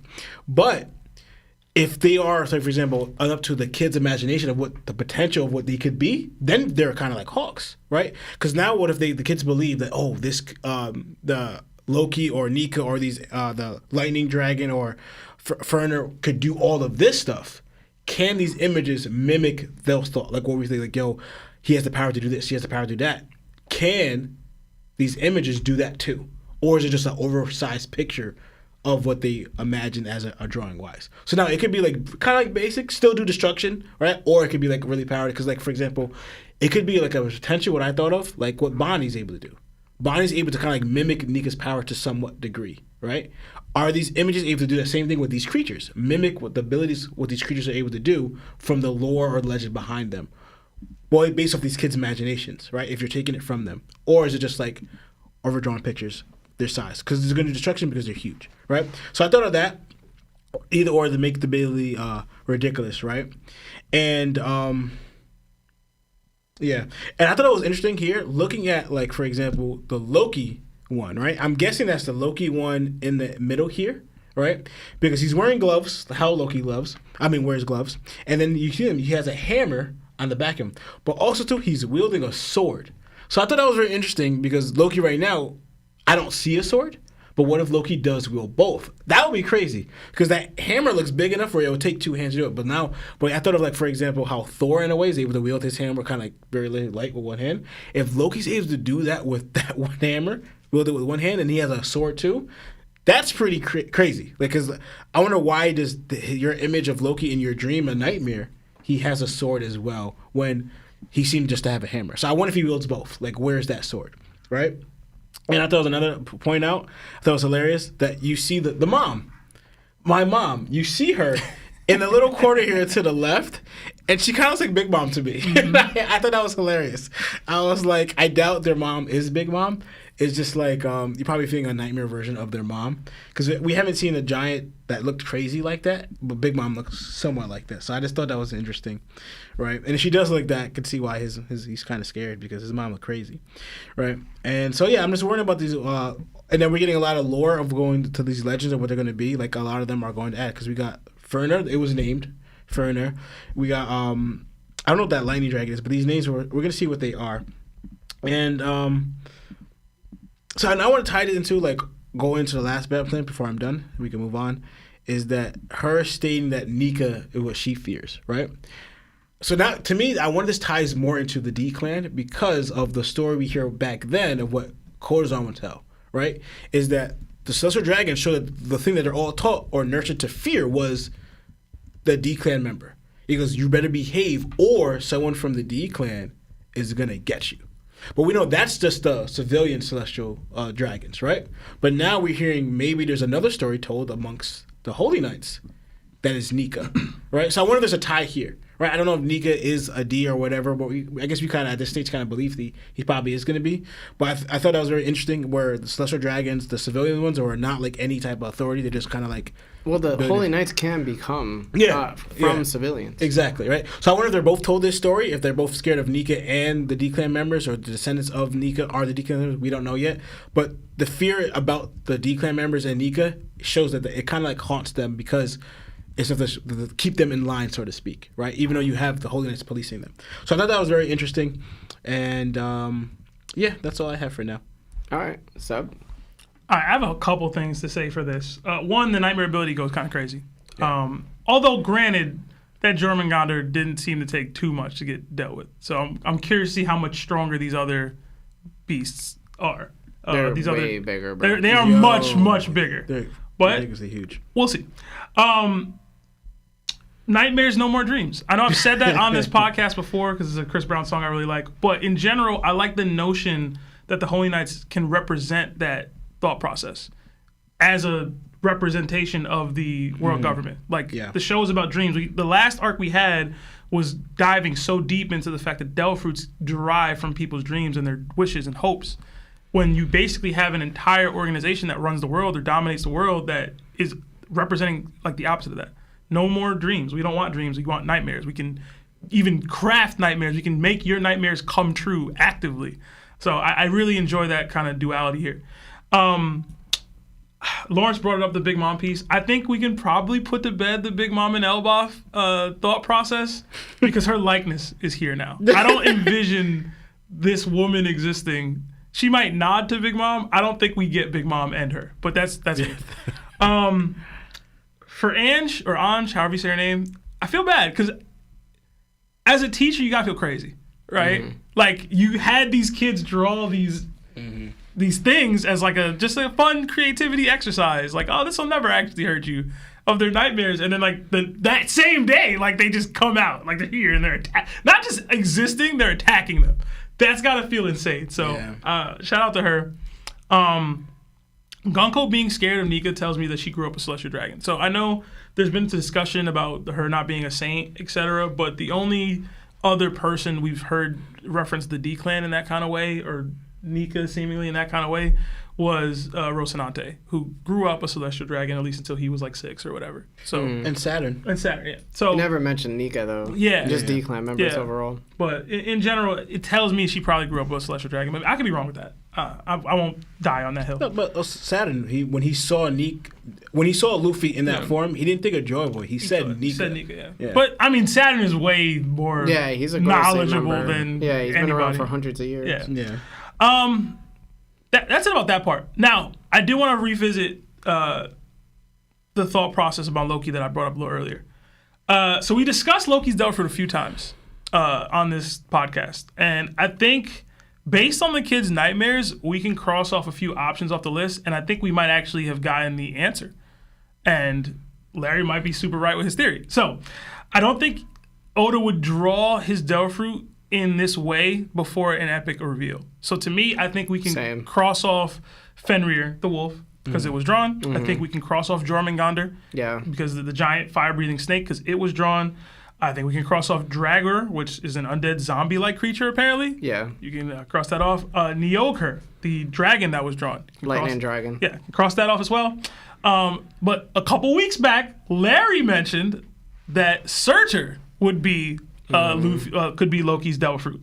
Surtur is a giant sword, like a giant sword-wielding, giant flame sword-wielding giant, like super giant, mega giant kind of thing. And he wasn't drawn. He wasn't mentioned in this chapter. Hasn't been mentioned at all through Elbaf. Exactly. And to Lawrence's point, when you saw this Loki figure that the child was scared of, they're holding a hammer and a sword. Mm-hmm. If Loki is supposed to be representative of Surtur as well, Surtur has the giant flaming sword, and he's been called to be the person that brings Ragnarok. And Loki's whole shtick is bringing Ragnarok. So to me, I think we might have a ringer with him being Surtur. Might be. But it's Surtur with Thor's hammer. Yeah. Which is like the craziest comment. Like, you know what I mean? It's like it's a very Oda-like thing. Yeah. It's like Surtur with Thor's hammer, with Conqueror's hockey probably, with, you know what I mean? Like all the extra things on top of it. So you're hyping your hype of Loki up. I am. Again, I have high expectations of Loki. I hope he lives up to it. But I thought that was really interesting, and the fact that Surtur wasn't brought up tells me that it's probably going to be the Delphoid. I had the same thought process. Not about the Surtur part, but everything you just mentioned. Yeah. But yeah, that's really it. I like the Nika hype though at the end. Because even though we're getting all this nightmares stuff, they basically ended it with all these nightmares is one thing, but like Nika is that's my nightmare. That's that's the dream, the warrior of the dreams kind of thing, and I'm scared of that. So I did also really like that the Holy Knights seemingly are working together. Because we mentioned that Gunko was using the arrow to point the children in the direction that they're walking, but clearly Killingham's ability is the one that had them actually getting the dreams and falling asleep. I wonder if Sommers had any impact on what happened here, and did they move? Because did he move his chair too? Because I thought that was funny. If they relocated to get a better vantage point or whatever, it's you moved the chair. I thought that was funny too. But in general, I'm excited to see what these things could do. Again, I do hope that they're stronger. I will say I counted them. There's 10, and that's miscounted. does that mean that this is like the matchup for the Straw Hats? Like, or at least each Straw Hat will get to fight one? Maybe, maybe not. I kind of was hoping we might see a situation where Usopp gets to fight multiple or all 10 somehow, but that might be too much. Hey, man, I'm with whatever in Elbaf. But in general, I'm excited. I'm really excited to see what that Nika thing do. Mm-hmm. I'm also excited to see what the mom do. Yeah. Because, like, what if she, like, starts throwing Big Mom stuff? Like, there's, like, a Zeus here. Like, what if she grabs that thing and starts throwing lightning bolts at people? Like, I would be like, all right, that's lit. But beyond that, man, I'm excited, bro. I'm ready. I also Oda got to stop repeating his dragon. Yo, this is like the 4th time he's drawn this type of dragon. Yo, it's high, bro. Like, we get it. Draw a different dragon. And I know you did draw a different dragon with Kaido, but like, draw a different dragon. Yeah. But I'm done. All right. This is the only one I didn't take notes for. So I'm gonna freestyle a little bit. So if I start off with the entirety of all these giant nightmares that we're seeing, first and foremost, dreams and nightmares. There's probably somebody singing it right now. My Meek Mill. So when I looked at the mom of the situation that we're looking at, I said to myself, it's kind of crazy that this mom sort of resembles Big Mom. If that is so, then that means maybe this kid is a distant relative of Big Mom. Therefore, Big Mom is probably an ancestor from Elbaf. Why else would there be an image to a kid who's scared of their mom but looks exactly like her? I had a minor answer to that because I thought the same thing, or at least a similar thought process.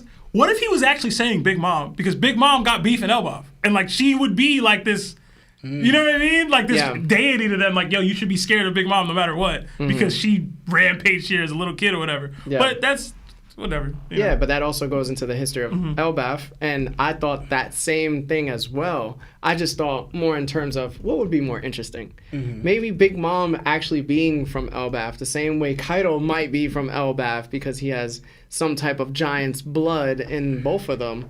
I could see how, like that's Big Mom, like that in the corner. I'm not saying it is Big Mom. I'm just saying might be something there. Right.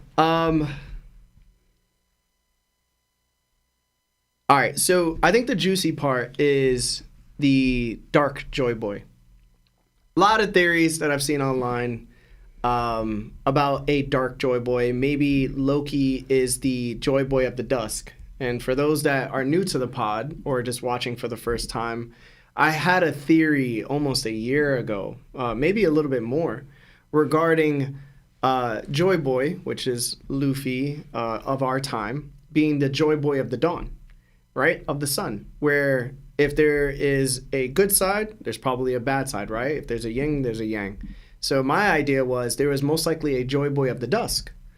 And a lot of people have noticed that Luffy's counterpart might actually be Blackbeard. He probably represents the moon aspect, where Luffy represents the sun. We've seen them on numerous occasions be the same person, but on different sides of the coin. So is this a hint that there is a Joy Boy of the Dusk, or an other name, Joy Boy of the Dark Joy Boy? I don't think so. I think that I don't even know where Blackbeard fits in the story anymore. If I'm going to be completely honest, I don't. I just don't see how he even fits in that mural. He's not even in it, in my opinion, unless he becomes that dark figure at the end of it and Emu just doesn't exist anymore. Then we find out that Blackbeard is somehow an angel-winged person because that mural, the sea god, had the angel wings on the back of him. Maybe that's the special race that Saturn was talking about. I have no idea. But the idea on Elbaf, right, is that Joy Boy, through the Harley text, is considered a harbinger of chaos or a harbinger of peace. Depending on your depiction of what you want Joy Boy to be or what you comprehended through those texts is what he's going to be. So there's going to be some parents on Elbaf who know of this Nika legend who probably don't celebrate the Winter Solstice Festival because they think so negatively about Nika. That's completely possible. They pass it on to their son, or their kids, and all of a sudden they're like, yo, Nika's a bad person. And it's very interesting because this dark Nika actually has one eye. So clearly there's something going on that's a little bit weirder. And there's a beard around this person, which means people are like also thinking like this might be a Blackbeard foreshadow. Mm-hmm. And it very well could be. I'm not knocking it off the table. I just don't think it fits right now at this point. It's interesting to think about, but I just don't think it fits. I truly believe during Joy Boy's time, there was a counterpart to Joy Boy as well. And that might have been the Joy Boy of the Dusk. We don't know who that person is, right? If history is repeating itself, it might have been Luffy and Blackbeard here, Joy Boy and whoever here, and then during the first world, it was whatever that first Nika user was, and then their counterpart. So maybe that's the dark Joy Boy that everybody's talking about. They don't share the same power, but it's just their opposition. Maybe. Mm-hmm. It goes a little bit further. Like, I could say people like this. What is it? The undead warrior, the Neogiar or whatever. Yeah. So that guy might be representing Loki. No, the undead warrior was Dragiar. Yeah. He might be representing Loki because Loki is in the underworld. Underworld's known as the undead, sort of. So people are probably like, yo, there's a monster down there who's a giant that's not supposed to be alive, but he's alive somehow. You know what I'm saying? I will say this, though. So when it comes to Saint Killingham and the Holy Knights, I researched if there were any dragons with any powers relating to dreams or nightmares, and I couldn't find one. The only information that was involved in that subject was that dragons happen to appear in dreams, also in astral forms. Now, for those that don't know astral forms, if you watch Doctor Strange, it allows your soul to leave your body and then possess others sometimes. I think what we're seeing right now from St. Killingham is that he's a Zoan, he's awakened, he has an ability in his awakened form that probably allows him to be conscious while he's, but I think when he falls asleep, it's a completely different type of color and shading. So I think that he's in his astral projection form and he's using some type of like either telepathy to control the children and put them to sleep, or he's traveling there himself. Maybe there's multiple astral projections that he's allowed to do. With dragons, I could assume that anything is possible. But if he's taking these people's like nightmares and bringing them to fruition, I don't actually think that any of these beings hold any mass. I don't think there's any weight. If so, I think we would have started seeing mountains being crushed because of how monstrously big that they are. These are the biggest things I think we've ever seen in a show. Yeah. Besides the dark figures that we saw that one time in pre-time skip that Luffy and them saw. And Zunisha. That's about it. Yeah, I think no. I think they're probably bigger than Zunisha. They're not bigger than Zunisha, bro. Yo, they might be, they're not bro. bigger than Zunisha, bro. But Zunisha huge, bro. I don't. Onigashima that skull too, bro. Like there's a couple, a couple things out here, bro. I don't necessarily think. I think these things are more like holograms. Mm. Well, we'll see. We'll see soon, but I think they're more like holograms. So I get what you mean. I'm just trying to figure out, because they did get attacked and everything, and like there's physical contact being made, right? But like, what is this exactly? You know what I mean? Like when they fought the Jörmungandr earlier. I think the Jörmungandr was a distraction to let you know that like these big animals are real. Mm-hmm. And then they're like, oh, let's put up this mirage. So that they already think these large animals are appearing out of nowhere and they could hurt us. Therefore, psychologically, you're tricking them into thinking that these huge things are also alive and could hurt you. So it's a distraction away from the kids because ultimately they're just trying to get the kids away. Because then it bit into like the school, wherever they're at. That was real because that was a real snake. That wasn't created from any nightmare. Was it breathing fire? I'm trying to remember. What? The Jörmungandr. The snake? Yeah. No, I didn't. Nah, right? Because the Jörmungandr is a fire-breathing snake. So if it wasn't, I don't think the then maybe- snake was created. Oh, maybe I could be wrong because the Jörmungandr is definitely mentioned, but I would have thought that the Jörmungandr would have been here and not over there because the Jörmungandr is actually so much smaller than all these much others. smaller than That's the what I'm other saying. There's a definite like a size comparison that's different. maybe they get bigger over time. Like, I don't know. Yeah, maybe. I don't know. I just assumed that the Jörmungandr wasn't the actual like. I thought that was like an actual animal from the underworld. Because it still looks fake, right? Like, it still looks like not drawn like a regular snake to me. Like, especially when it got defeated, it looks like it doesn't look real to me.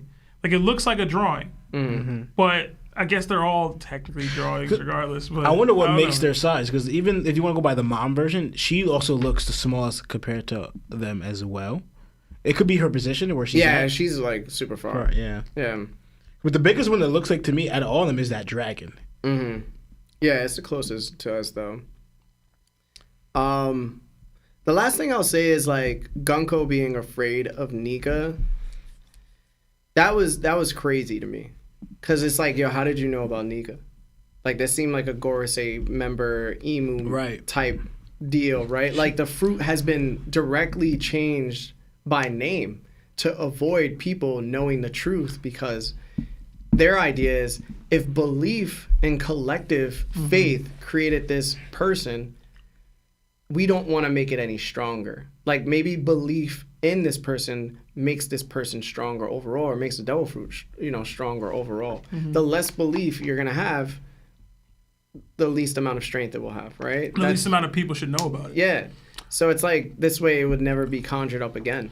That's probably why it was hidden for so many years, because so many people didn't know about it. And what's crazy, their reaction, or at least Sommer's reaction, he's shocked that she said that. Like there's like excitement, like, you know what I mean? Mm-hmm. Like there's 3 exclamation point bubbles there after hearing her say it. So he was not expecting to hear her say that at all. So yeah, there's so much that Oda's like saying here, but for example, the reason I say that is that like you said, the Nika thing, apparently it may not be just like the Gorosei thing, right? But even to get to that point, right? For you to be told this, like you said, all right, celestial dragons. I don't know. I want to know if it's literally all celestials can become holy knights, because eventually, if you become a holy knight, which could lead possibly to a Gorosei, what we see with Garlic, right? But remember, not all the celestial dragons know of Emu. First, we thought it was just the Gorosei that knew. Mm-hmm. Now we know it's the holy knights that know too. So, because remember, the whole thing was because at least the agreement is supposed to be is that. Right, is that no one's supposed to sit on that king's seat, and that's from not just all the nations. The celestial dragons made that goal too, or made that anyway, agreed to that no one's going to try to take this seat. But to you become a holy knight or even a celestial dragon, you have to be like, all right, no, you recognize that you have a king now. Not all the celestial dragons are equal. That there is someone that you guys are bending your will to. I have an interesting theory. So I was under the impression, and I think I said it last go around, that only the Supreme Commander of the Holy Knights would have knowledge of Emu, because you can't have too many people know that this person exists. Yeah. But Gunko, if she has this knowledge, like how, you know what I mean? Yeah. Like, I don't know, man. So, you said you have a theory. Yeah. So I have a little theory. So let's assume that Gunko actually knows who Nika is, because she was probably a revolutionary during the time of Joy Boy.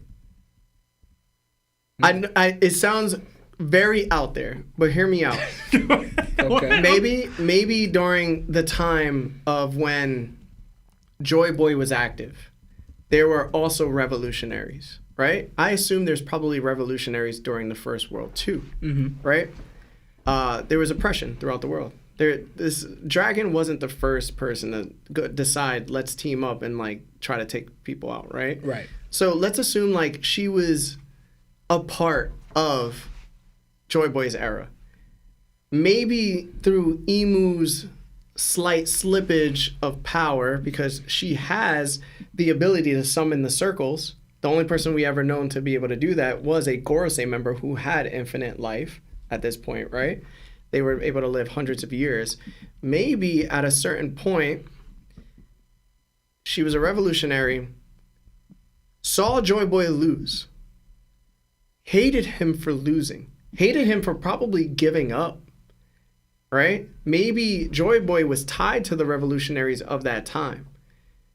She decided to defect from the revolutionaries, decided to go with the grain and just become a celestial dragon somehow. Probably offered up her dragon to become a celestial dragon, like York did with Vegapunk. So she becomes a celestial dragon. She starts receiving little tidbits of power from Emu. She stays alive for however long, and this is why she knows Nika's name. Because of Joy Boy, because she was part of Joy Boy's time. And this would explain why she has the revolutionary goggles, the revolutionary hat. She has this like disdain for people not wanting to become celestial dragons, or not wanting to become a celestial dragon because she probably thinks it's a privilege, unlike before, because she suffered so much. It's a wild theory. That's a lot. Because just to switch complete sides of that, like you were opposed and then you jump inside because you realize, it's not going to change. Because like the reason I say that is like not going to change, as in, and we make a topic to why she fears Nika. Because if you already know that it's not going to change, so you side with this, you side with the celestial dragons, right? Those people or all those descendants are on that side. Is that the one person? Because obviously the Gorosei and Emo, they have to know the history. All the stuff that we're putting together pieces, they should know everything. They should know what the Muro says. They should know what the One Piece says. They should know everything, right? And the one person, in a way, that could put a stop or change everything is Nika, right? Whoever has the Nika. So, like, if she chose that decision to, like, you know what? For right here, the only side is the winning side is this side. I'm gonna leave the revolutionaries to join this because I don't want to be that way. Like, I don't want to be oppressed. I don't want to be fighting. I want to be on the side that wins. Yo, and then it's like, we just saw what a revolutionary went through with Dragon. We saw the continuous disappointment and how they struggled because their leader couldn't necessarily save them from some of their struggles, right? He couldn't save the love of his life and wouldn't allow him to do so. So it's like maybe Gunko was like the Kuma of the revolutionaries during her time with Joy Boy. And she saw that this leader acted just like Dragon, but she wasn't as much of a pacifist as Kuma was, right? She saw like, I'm so indifferent about this. I hate this. I don't want to do this anymore. I'd rather just become a celestial dragon than stay this revolutionary. She's more like back then York. Yeah, and then guess what? She's also not named a saint. Her name is just Gunko. Mm-hmm. It's a wild ass theory. I'm not sitting here saying there's any truth to this. This is pure speculation from every degree, and it's the most speculative you've ever been. Ever been. So, yeah, that was it. That's all I had to say about that. I'll probably chop it up and clean it up and see if it sounds good, but like, yeah. All right. Yeah. All right. Let's finish the super chats, and then if we have enough time, we're gonna do Discord phone calls. Guys, if you haven't liked the video yet, please hit that like button for your boys. It does us a lot of good. Yeah. All right. We got a couple super chats sitting, more than a couple, so I'll try to make this quick, guys, to try to get the calls. But we got 23 months at Yonko status. It's almost 2 years from the broker, the guy. It says, "Hey guys. Broker. Can't believe it's been nearly 2 years. Looking forward to the next time I get on a call. I have a lot to share. One being the idea that the marks on the God's Knights is the mark of Cain, with a bunch of heart emojis. So thank you, broker. I'm not too familiar with the mark of Cain. Are you familiar with it? There's you talking about Abel's brother Cain? I assume. Like that's what you're talking about. Yeah. I want to know what he's going through because there's not much mention about that at all. With that, there's no marking. No, not a literal mark. It's more like it's kind of like what he did was known. That's how I remembered it. The fact that he took out his brother was known, and he was like he feared for his life that if people found out that I did this, I'm gonna be targeted. Mm-hmm. You know, so like it wasn't a literal mark. It's just like more like the knowledge of that what I did would be spread. Got you. Yeah. What? We'll talk about it. Another two from Project Iceman. It says, "Finish my 3.5 miles. Now I can listen in earnest. That's what's up, man. Yo, keep working out, man. Yeah. Another 2 Canadian from Nacho Madness. It says, anyone notice the giant sword is missing on page 12? I was trying to go back because I didn't peep. To me, I thought the lightning just kind of covered it up. Yeah. That's where my mind was. It might be a mistake. Yeah. There might be a mistake. Or that. But it's weird that you see a rainbow and a broken branch off it, though. Off that thing. Like, you see a rainbow here. And Yeah. Maybe that's a broken branch there. Maybe the sword got rocked, man. Who knows? We got another 10 from Debo B. It says, man, I can't stand the way Luffy be gobbling Shanks. Oh my BWC. I agree, bro. Like, dang, bro, let it go, bro. If you guys could start a pirate group, what would the name be, and who would be the captain and roles for each guys? I think we got asked this question before, right? Yeah, it was between all 3 of us or separate crews. I think it was like we all probably choose our own separate crews. Yeah. Like what Ace, Sabo, and Luffy kind of did. The name of it, I haven't thought of a name. TOPT? I already know Lionel because he always says it. He'll be like the Armament Pirates. Listen, bro. Sebastian's the Nami of the crew. Lawrence is the Zoro for sure. I'm definitely the Luffy. You're definitely the Sanji, bro. I'll be Sanji. And then Lionel? Lionel could be Jinbei, bro. He broke, bro. Lionel broke. Oh, man. I'm definitely Luffy, though. Yeah.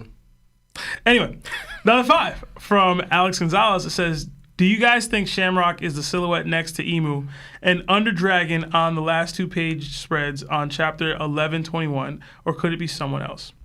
What? 1121. I'm going to say it's someone else. Mm-hmm. But it totally could be Shamrock. But I'm going to say it's someone else. The one with the, where it had all the major players of the final. Oh, I got you. At least that's what I think he's talking about. Yeah. Another 10 from Chris Howitt. It says, hi, first time. What role do you think Usopp will take in Elbaf? The goat role, bro. Whatever it needs, man, bro. As long as he ain't drunk. He drunk right now. Yo, if he drunk and he sees those monsters, it's like, yo, let's get it, and jumps at them. Yeah, that would be hard, bro. Yeah. If drunk Usopp really, like you said, the liquid courage thing, if that's really a thing, I'm with it, yo. I'm with that. Yeah, that would be heat. Start sniping them. Wow.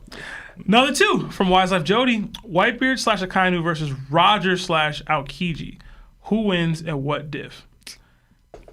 Roger and Aokiji, in my opinion. If there's no narration behind it.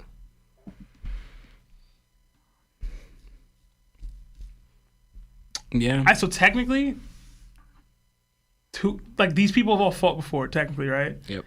Akainu has defeated Aokiji. Whitebeard and Roger have fought to a draw.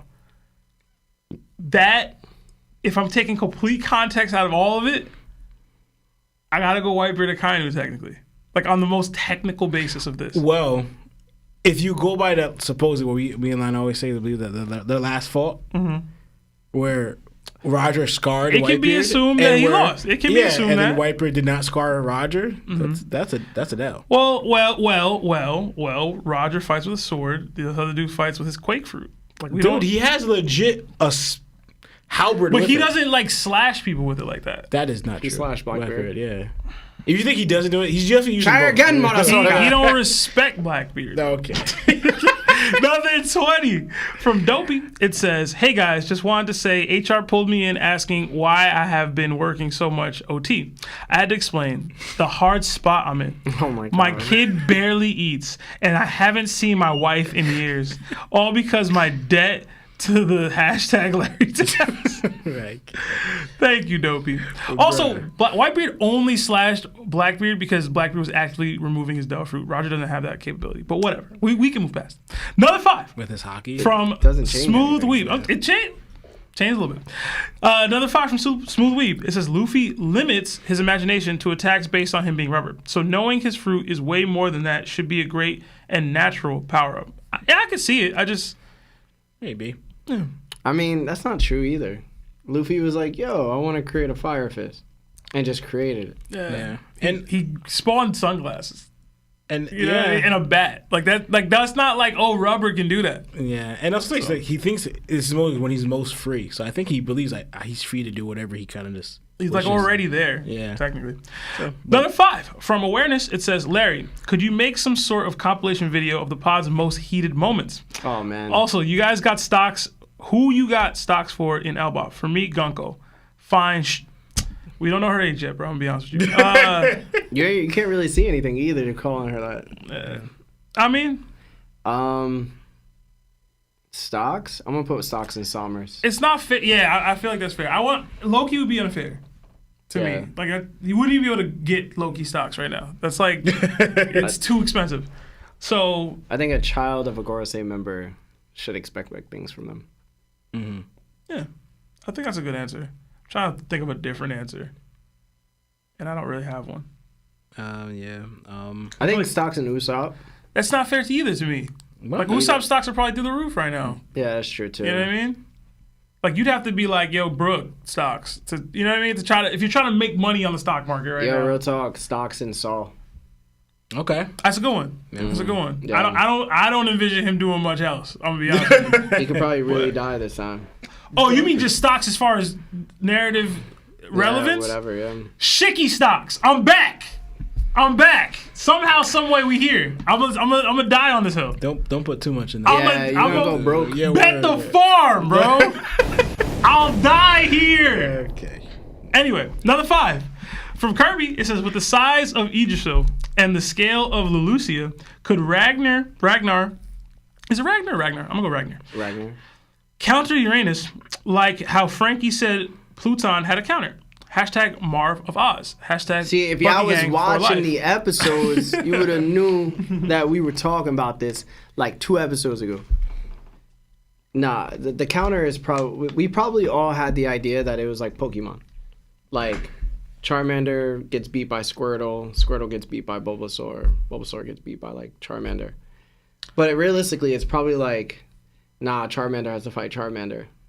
You know, Bulbasaur has to fight Bulbasaur. The same way the ancient shipwrights said, the only way you beat Pluton is by building another Pluton. Mm-hmm. So it's probably the same way with Uranus. If y'all created Hove, make another Hove. Another 5 from Roberto Figueredo.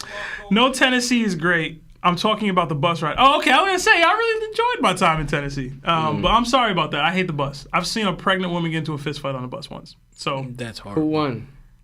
It got broken up, man. Fortunately. Yeah, that's crazy. But I seen it. Who fighting pregnant women? Yo. That's crazy. 7:58 is a bad time. Don't like that. It's a bad that time. is- It's a bad time. Another Yako joined the crew in Debatable Anime. So welcome and enjoy all the emojis you. that come Thank with you. being Thank a you. Yako. Another 5 from Lee McMillan. It says, thanks for the response on Luffy understanding his Del Fruit. My thinking is he would learn the history of his Del Fruit from the Giants since they worship Nika. Yeah, it's not unsound. I think it is sound. I just I don't know if that Oda would ever make it that how to say meta a power up. You know what I mean? But that's me. Another 5 from Hans DiZaro. It says, what's up, guys? Glad to be back. Missed last Monday. Ready to hear some great theories. Hashtag BBC topped on top. Hashtag Larry Goat. Hashtag GTA Seb. Hashtag Lionel Ghost. Hashtag Law on Business. Thank you. Stand on Ben. Another 5 from Nate D. I'd rather be homeless than not pay the Larry tax. Question. We've seen 4 of 5 God's Nights now. When do you think the Revs will make a move? Hashtag y'all are the best. What chapter we been covering? I mean, they don't know that they're moving. Unless they got them ill spies watching them. Hey, man. It's time to start moving, bro. Listen, bro. They moved. You ain't moved. When I move, you move. Just like that. Another 10 from Press Sadat. I'm reading Marineford and something came up. Was it ever explained why Law pulled up? Yeah, he saved Luffy, but who invited him? LOL. Shout out to y'all and the homies in the Discord. All right, so 1, Law and all the supernovas technically pulled up. And 2, Law is a secret D-Clan member, and I think he was just interested in protecting Luffy in that way because he was a D-Clan member. Yeah. But that I've never thought of it much deeper than that. He didn't say he mentioned that he owed Luffy something in Djibouti, right? No. He It's didn't. Djibouti. Djibouti. It's Djibouti. And in general, Law's like, yo, this guy's like he's a crash out king. Like, we're gonna snuff him out of the board now, like this early? He didn't even get to the New World yet. He's talking about trying to change the gears of things. Yeah, It would have been. He just felt compelled to help Luffy for whatever reason. Yeah, that's mostly what it is. Plus, he was trying to save his real Captain Ace. Anyway, another 15 months of warlord status for JD Cervantes. It says, would you rather be a Marine with Robin's Delfruit, be a revolutionary with Bon Clay's Delfruit, be a pirate with Gonko's Delfruit? You have all hockeys except for Conqueror's hockey. Lawrence probably won't even answer this question, bro. Robin in the Navy. I will say being a revolutionary with Bon Clay's Delfruit could get you really far. But I don't know that I would want it in general. Yeah, I wouldn't want it in general. Of all the Delfruits, I think Gunko's the best one. Mm-hmm. So I might go with a pirate with Gunko's, just because I'd probably rather be a pirate than a revolutionary. I'd probably rather be a Marine, but I'll go Gunko's. Yeah, Gunko's. Okay. And I'm definitely having Conqueror. You crazy. Another 5 from Dope. Loki is key to saving the kids in Elbaf. He needs to be free. Hashtag free Loki. Hashtag Nika's is Elbafian. Hashtag topped. Hashtag number 1. Hashtag BBC. Hashtag save the children. Hashtag Zoro Senpai forever. You realize that Loki going to hate them kids because they're not like the Elbaf where he wants it to be? Who knows? Another 2 from El Suave. It says, can't wait for them to fight that kid's mom. Wow. It is going to be interesting. I can see that being the Usopp's fight for whatever reason. She's going to have like a slipper in her hand. Mm-hmm. Another 10 from Ravenstorm. I really think Loki's power is derived from the horror comic The Mask. Yes, The Mask of Loki. The wearer, the big head, gets the power from bending reality and changing appearances / size. I'm not familiar with the comic, but that's interesting. Like with Jim Carrey, the movie? No. No, okay. I mean, maybe. It is the Jim Is Carrey it Jim Carrey movie. movie? The comic book version is actually much more adult and like rated R. Ah. Yeah. I'd be with it. I love that Jim Carrey movie. I did bro. not realize that was based off Loki. The Mask? That's actually Loki's mask in the movie, yeah. It's been a while, bro. Word. Shout out to Cameron. I used to like that movie, though. Shout out to Cameron Diaz, man. They call me Cuban beats. I'm the king of maraca beats. When I shake my maracas, they go cheek, cheeky boo, cheek, cheeky boo. Another €5 from Sedgefield. It says, love the pod. You boys cooking as usual. Always make my Mondays. Shout out to all the black mama and crack mamas in the chat. What? And I'm black, y'all. And I'm black, y'all. The black and I'm mamas black, and I'm black. and crack mamas in the chat. What's wrong with you, Sedgefield? I appreciate it. Another 5 from Cyborg Frankie. Will the Straw Hats be blamed as usual? I think because all their connections to different giants, the chapter will be extremely different. Well, for this one, Luffy is at He's fault. actively at fault for at least one of these things.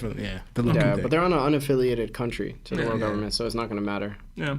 Another 5 from Slurpma. It says, Dofi's fruit or Gunko's fruit? Which one y'all picking? Hope y'all having a great day. Dofi's. Dofi's.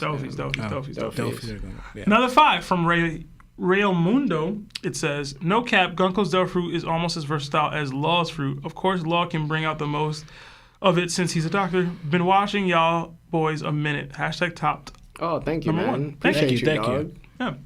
Another 5 from Nate D. So Gunko is scared of Nika, but dressed like she just spent a night with a Nika. Wow. Oh, my God. Okay. Wow. Okay. Come on, bro. Yo, Mods, what we doing?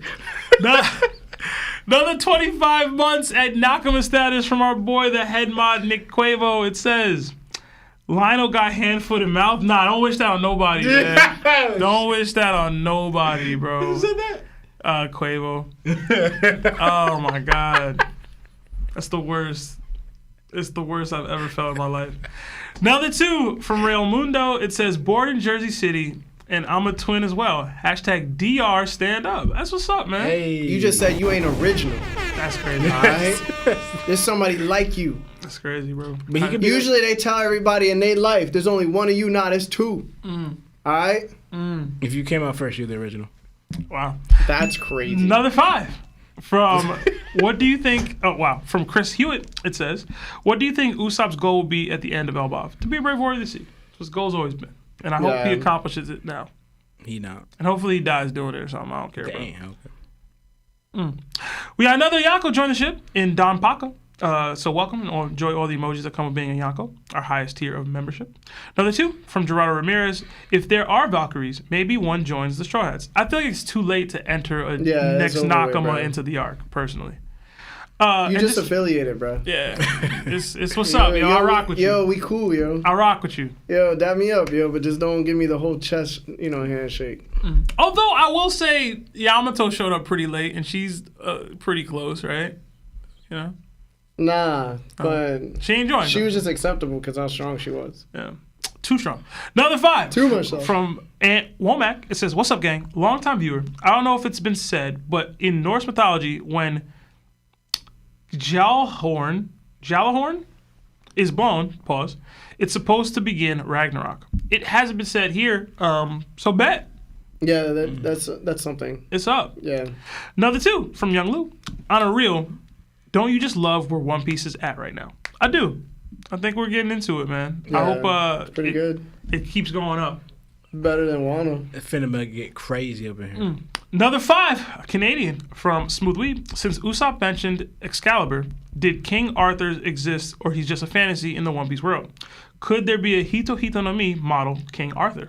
There could be. I don't think that we have time for all that, so I don't think it's happening. I don't think we're gonna get it. But now. we have gotten like the Emerald City and other like mythologies mentioned but not dived into before. Out of those, the Emerald City is the only one because Shandor is the city of gold that was Yeah. mentioned. That one, so that had that. So he hasn't revealed what was mentioned there at the Emerald City. So maybe not. I don't know what I was gonna do. Yeah. We got another 10 from Jason Lacroix. It says, "What's up, top men?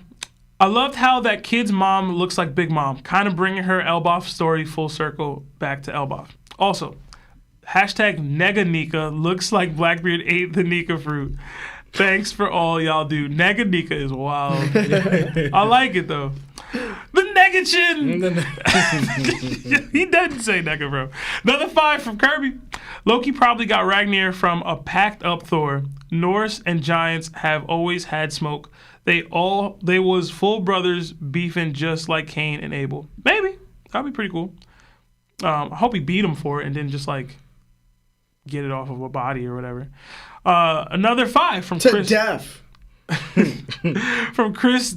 Is this Chris?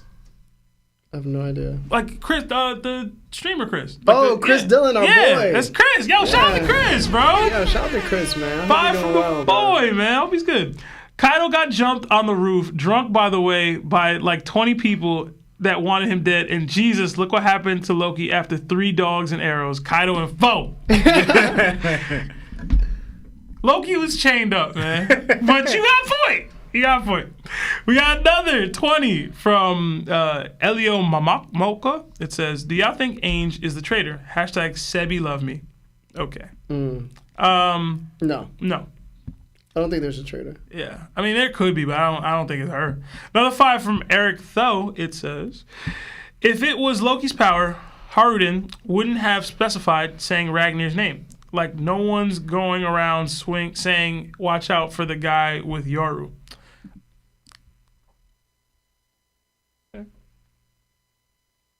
I think it's next, actually. So we got another 2 from Smooth Weeb. It says, "Loki equals Naruto if he'd play into the demon child." Naruto had a lot more going on, in my opinion. But, word. We got another 14 months at Nakama status from Roberto Figueredo. It says, "If Loki was that big, how'd he get in the castle?" Castle's pretty big. Yeah, bro. I think the castle's bigger than yeah. I Castle's thought pretty of that too. We get another 2 from Jaleel from Highbridge, but no super chat attached. Next time, let us know your thoughts. But thank you. Yeah, please. Yeah, man. Don't just super chat and not say anything. We want to hear from you. Yeah, that was Jaleel's first super chat, so thank you so much. Thank you, dude. Yeah, thank you, bro. I think he was the one that said we missed a super chat. Yeah. That may have been it. It might be another one coming later, so we'll see. But thank you. Another 2 from David. It says, "Who y'all got, Zoro at his peak or Kaido Kaido mid diff?" Oh, at his peak, like in the future? Or peak now? Because if it's peak now, I'm going to go Kaido mid diff. If it's future, I don't know what. I don't think Mihawk beats Kaido, so. that's what I'm saying. If we're going like end of series, I think by the end, like prologue Zoro will be Kaido. But like end of the series, like if he's still like 21, like I don't know if that dude's beating Kaido. You know what I'm saying? I'm gonna go Kaido. I'm going Kaido. I'm gonna go Kaido. If you're going with Zoro at his strongest, like in the show, I'm gonna go Zoro. But now it's Kaido. I don't think it's the wrong answer. Another 5 from PLN. It says Adrian D. Man, yo, Loki been aura farming. Speaking of aura farming, have y'all seen Solo Leveling Season 2? Because it's been fire lately. Hashtag Larry Tax, hashtag BBC, hashtag Lost Spittin'. No, but I hear great things. Yeah, I haven't seen any of it. It's all they talk about in the Illuminati / Come On Man chat. Yo, they be hyping up Solo Leveling. Yeah, I gotta watch it. Another 10 from Yami Noho. Recently looked over an episode of Skypiea and seen Enel hit the same pose Luffy does in Bounce Man, with the cloud being electricity for his coincidence. I think not. Oh, the cloak is electricity. Coincidence? I think not. Probably not. Knowing Oda, probably not. Another 5 from Jason LaCroix. Loki may be acting out quickly to get the key, thinking it's his chance to confront the intruders. Since everyone thinks him a liar, this may be faster. Maybe. Another 5 from Young D. Ace. In one chapter, Loki was talking with someone via a snail. Any inclination of who that could have been? Not really. Yeah. We don't know who Shaggy is. Yeah. Another 10 from Bald Seb. At this point in the story, which Straw Hat is least likely to fulfill their dream other than Usopp? Also, keep up the work, Seb. We see you out here. Chopper. Hashtag Larry Tax. Hashtag Top Forever. Chopper. He's talking about healing every disease in the world. And honestly, Loki. How you gonna heal the chopped off leg? Jinbei's dream is to stop racism. That's pretty hard to do. Torch bro. fish. Honestly, It's hard, it's Loki bro. Nami too. You to draw a map of the world, you have to be everywhere. You have to go to every island and then draw a map. But her crew's strong enough. You know what I'm saying? But they ain't going to every. You have to go to every single island on the One Piece universe. It's funny how Sanji's is probably the easiest out of everybody's. You just gotta find gotta somebody find that's willing to break the red line. Who could do it? Oh, man. Another 10 from Anthony Herrera. Y'all think Dragon seen the mural and tried to revolutionize the current One Piece world while using the knowledge from the previous 3 worlds? Hashtag Blackbeard Gang. Hashtag I'm done with the Cowboys. Go Eagles. Wow. Not too sure. No, I don't think so. I don't think he's been there. I don't think he's been to Elbaf. I don't think so. It'd be crazy that he didn't go to Elbaf. Yeah. The problem with it is, like, there's so much going on in the world that he has to like fight and try to help protect or whatever. Like, are you taking detours to Elbaf to potentially see him? Like, you know what I mean? It would be interesting if the reason why Dragon went to Ohara was because Saul contacted him. Therefore, that's the reason why he came. And then it'll also fit when Dragon, if he shows up to Elbaf, it's because Saul probably contacted him. Because he's like, yo, Celestial Dragon. Well, the Holy Knights. Yeah, I mean, that would be dope. I don't know how he gets there, but we don't know where he's at exactly now Once anyway. Saul knows. So, yeah. But how he gets there is going to be up to... Yeah. Another 5 from Jada Rude. It says, the way Gonko said she was scared, Nika makes me think she would clutch her purse when I walk past her. Hashtag bro. Nika is black. Hashtag we know that we know what the D stands for. It's crazy. Hashtag pause. They used Dark Nika and made him black, bro. Hey, man. That's crazy, bro. It's all right. That's pretty wild. Another 5 from Harry Rosado. It says, quick, Dressrosa or Thriller Bark? My girl always fights me on this and says Thriller Bark. Hashtag Larry Tax. Hashtag Larry got fire theories. Hashtag Zoro beats Blackbeard. You're about to hate me, but I like Thriller Bark. Dressrosa. Dressrosa for me, too. Yeah. Dofi over Moria. Dofi's backstory was dope. Everything else about Dressrosa was kind of tough to get through. I love Dressrosa. Another 20 from Invades. Yo, I don't usually watch the pods live because I'm not caught up. I watch them as I catch up. But I love the podcast and the guys who make it happen. Thank you. Thank you. You guys are amazing. Thank you again. Hashtag Buggy Gang. Hashtag Larry has okay takes. He put that in all caps. Thank you. Appreciate you, dog. We got another 20 from Jada Rude. It says, could Gonko be Jenny? Jenny? Jenny from the block?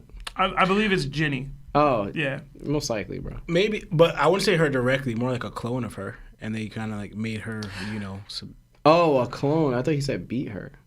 No, he said be her. Oh, but she passed. Her. Jenny passed. Yeah, she had that illness. Let Gonko Gunko be her own character, y'all. Let her be her. Another 16 months at Knockout status from Mr. Veg. It says, happy birthday to me. Hashtag kid is dead. Hashtag pervy squad gang. Wow. Happy born day, dog. Happy you day. Happy you. You know what I mean? All right, you be your best version Happy today. Happy G day, cuz. And then you start your tomorrow with a better person that you probably you got you. Come on, man. Come on, bro. We got another 2 from Gerardo Ramirez. It says, Lotto is Zoro since he got lost going to the pod. We got another 2 from Jose Lopez. When do you think they will reveal the end of... I can't, bro. Come on, bro. Come on. End of what? The end of my day. I can't. Another 17. Warlord status from Luffy Nick. It says, do you guys believe that Gunko's arrow impaled Cobra or Emu's power? Could it be a play into a god doesn't need to sully his hands with simple kill? I think you guys be thinking too deep with this right here, bro. I ain't gonna lie to you. But it could be that's what's giving her this power. Probably. You know what I mean? That could be, maybe. Yo, what's wrong with y'all, bro?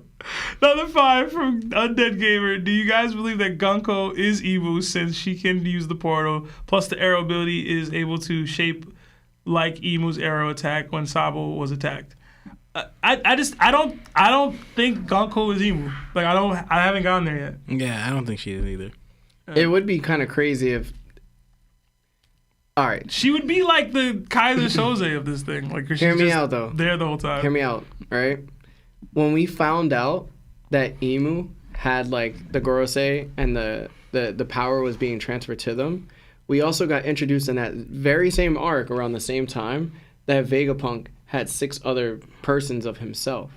So what if Emu can detach a piece of itself from itself and create a whole new being?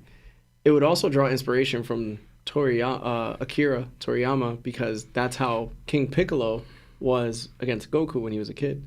He would make like different people through his being.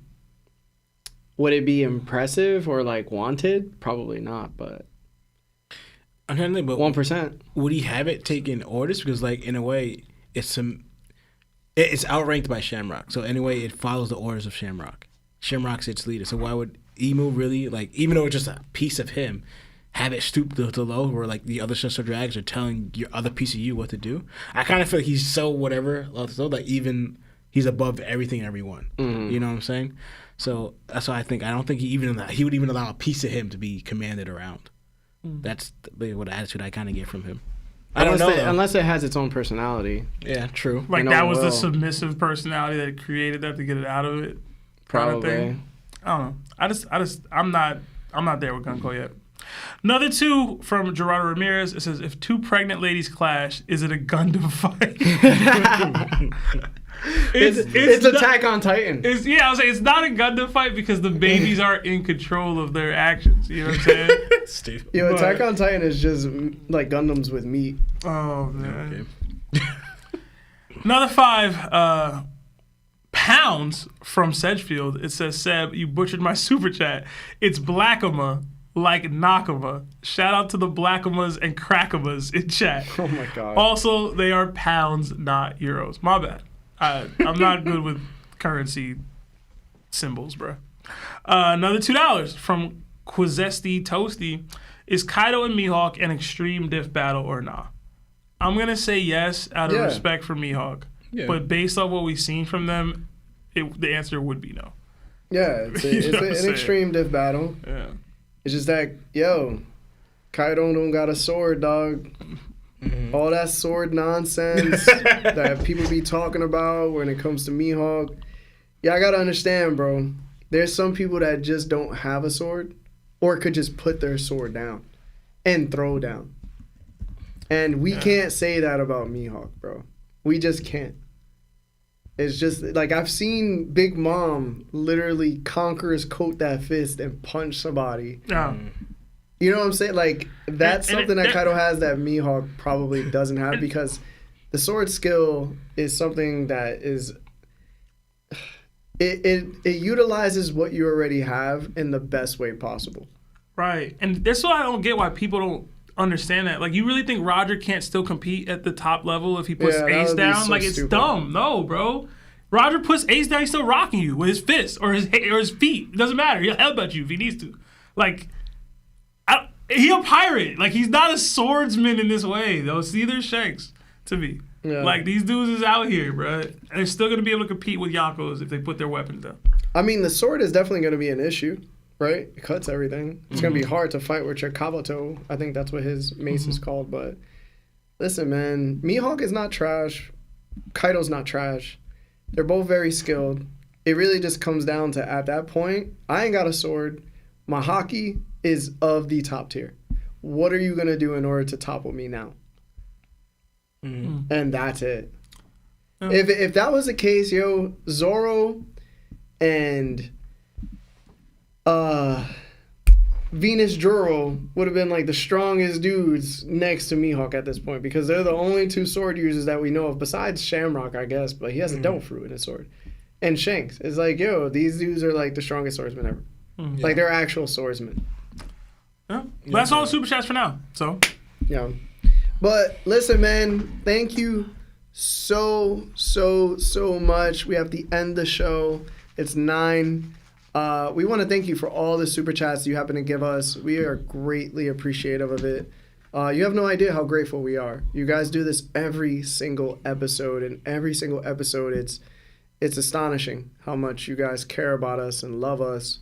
The same way we love all of you. We hope that your week goes really well. We hope you're safe on the weekend. We hope you work out. We hope you eat good. We hope you sleep good. We hope you think good about yourselves and travel safely, because it seems like a lot of you be traveling too. If there's any sense of togetherness, believe it's in you. All right, Marv, thank you for another episode, brother. Lionel, hopefully he's back next episode. I need to hear this Odin slander. It's been too long, dog. And it's your job to keep up with him.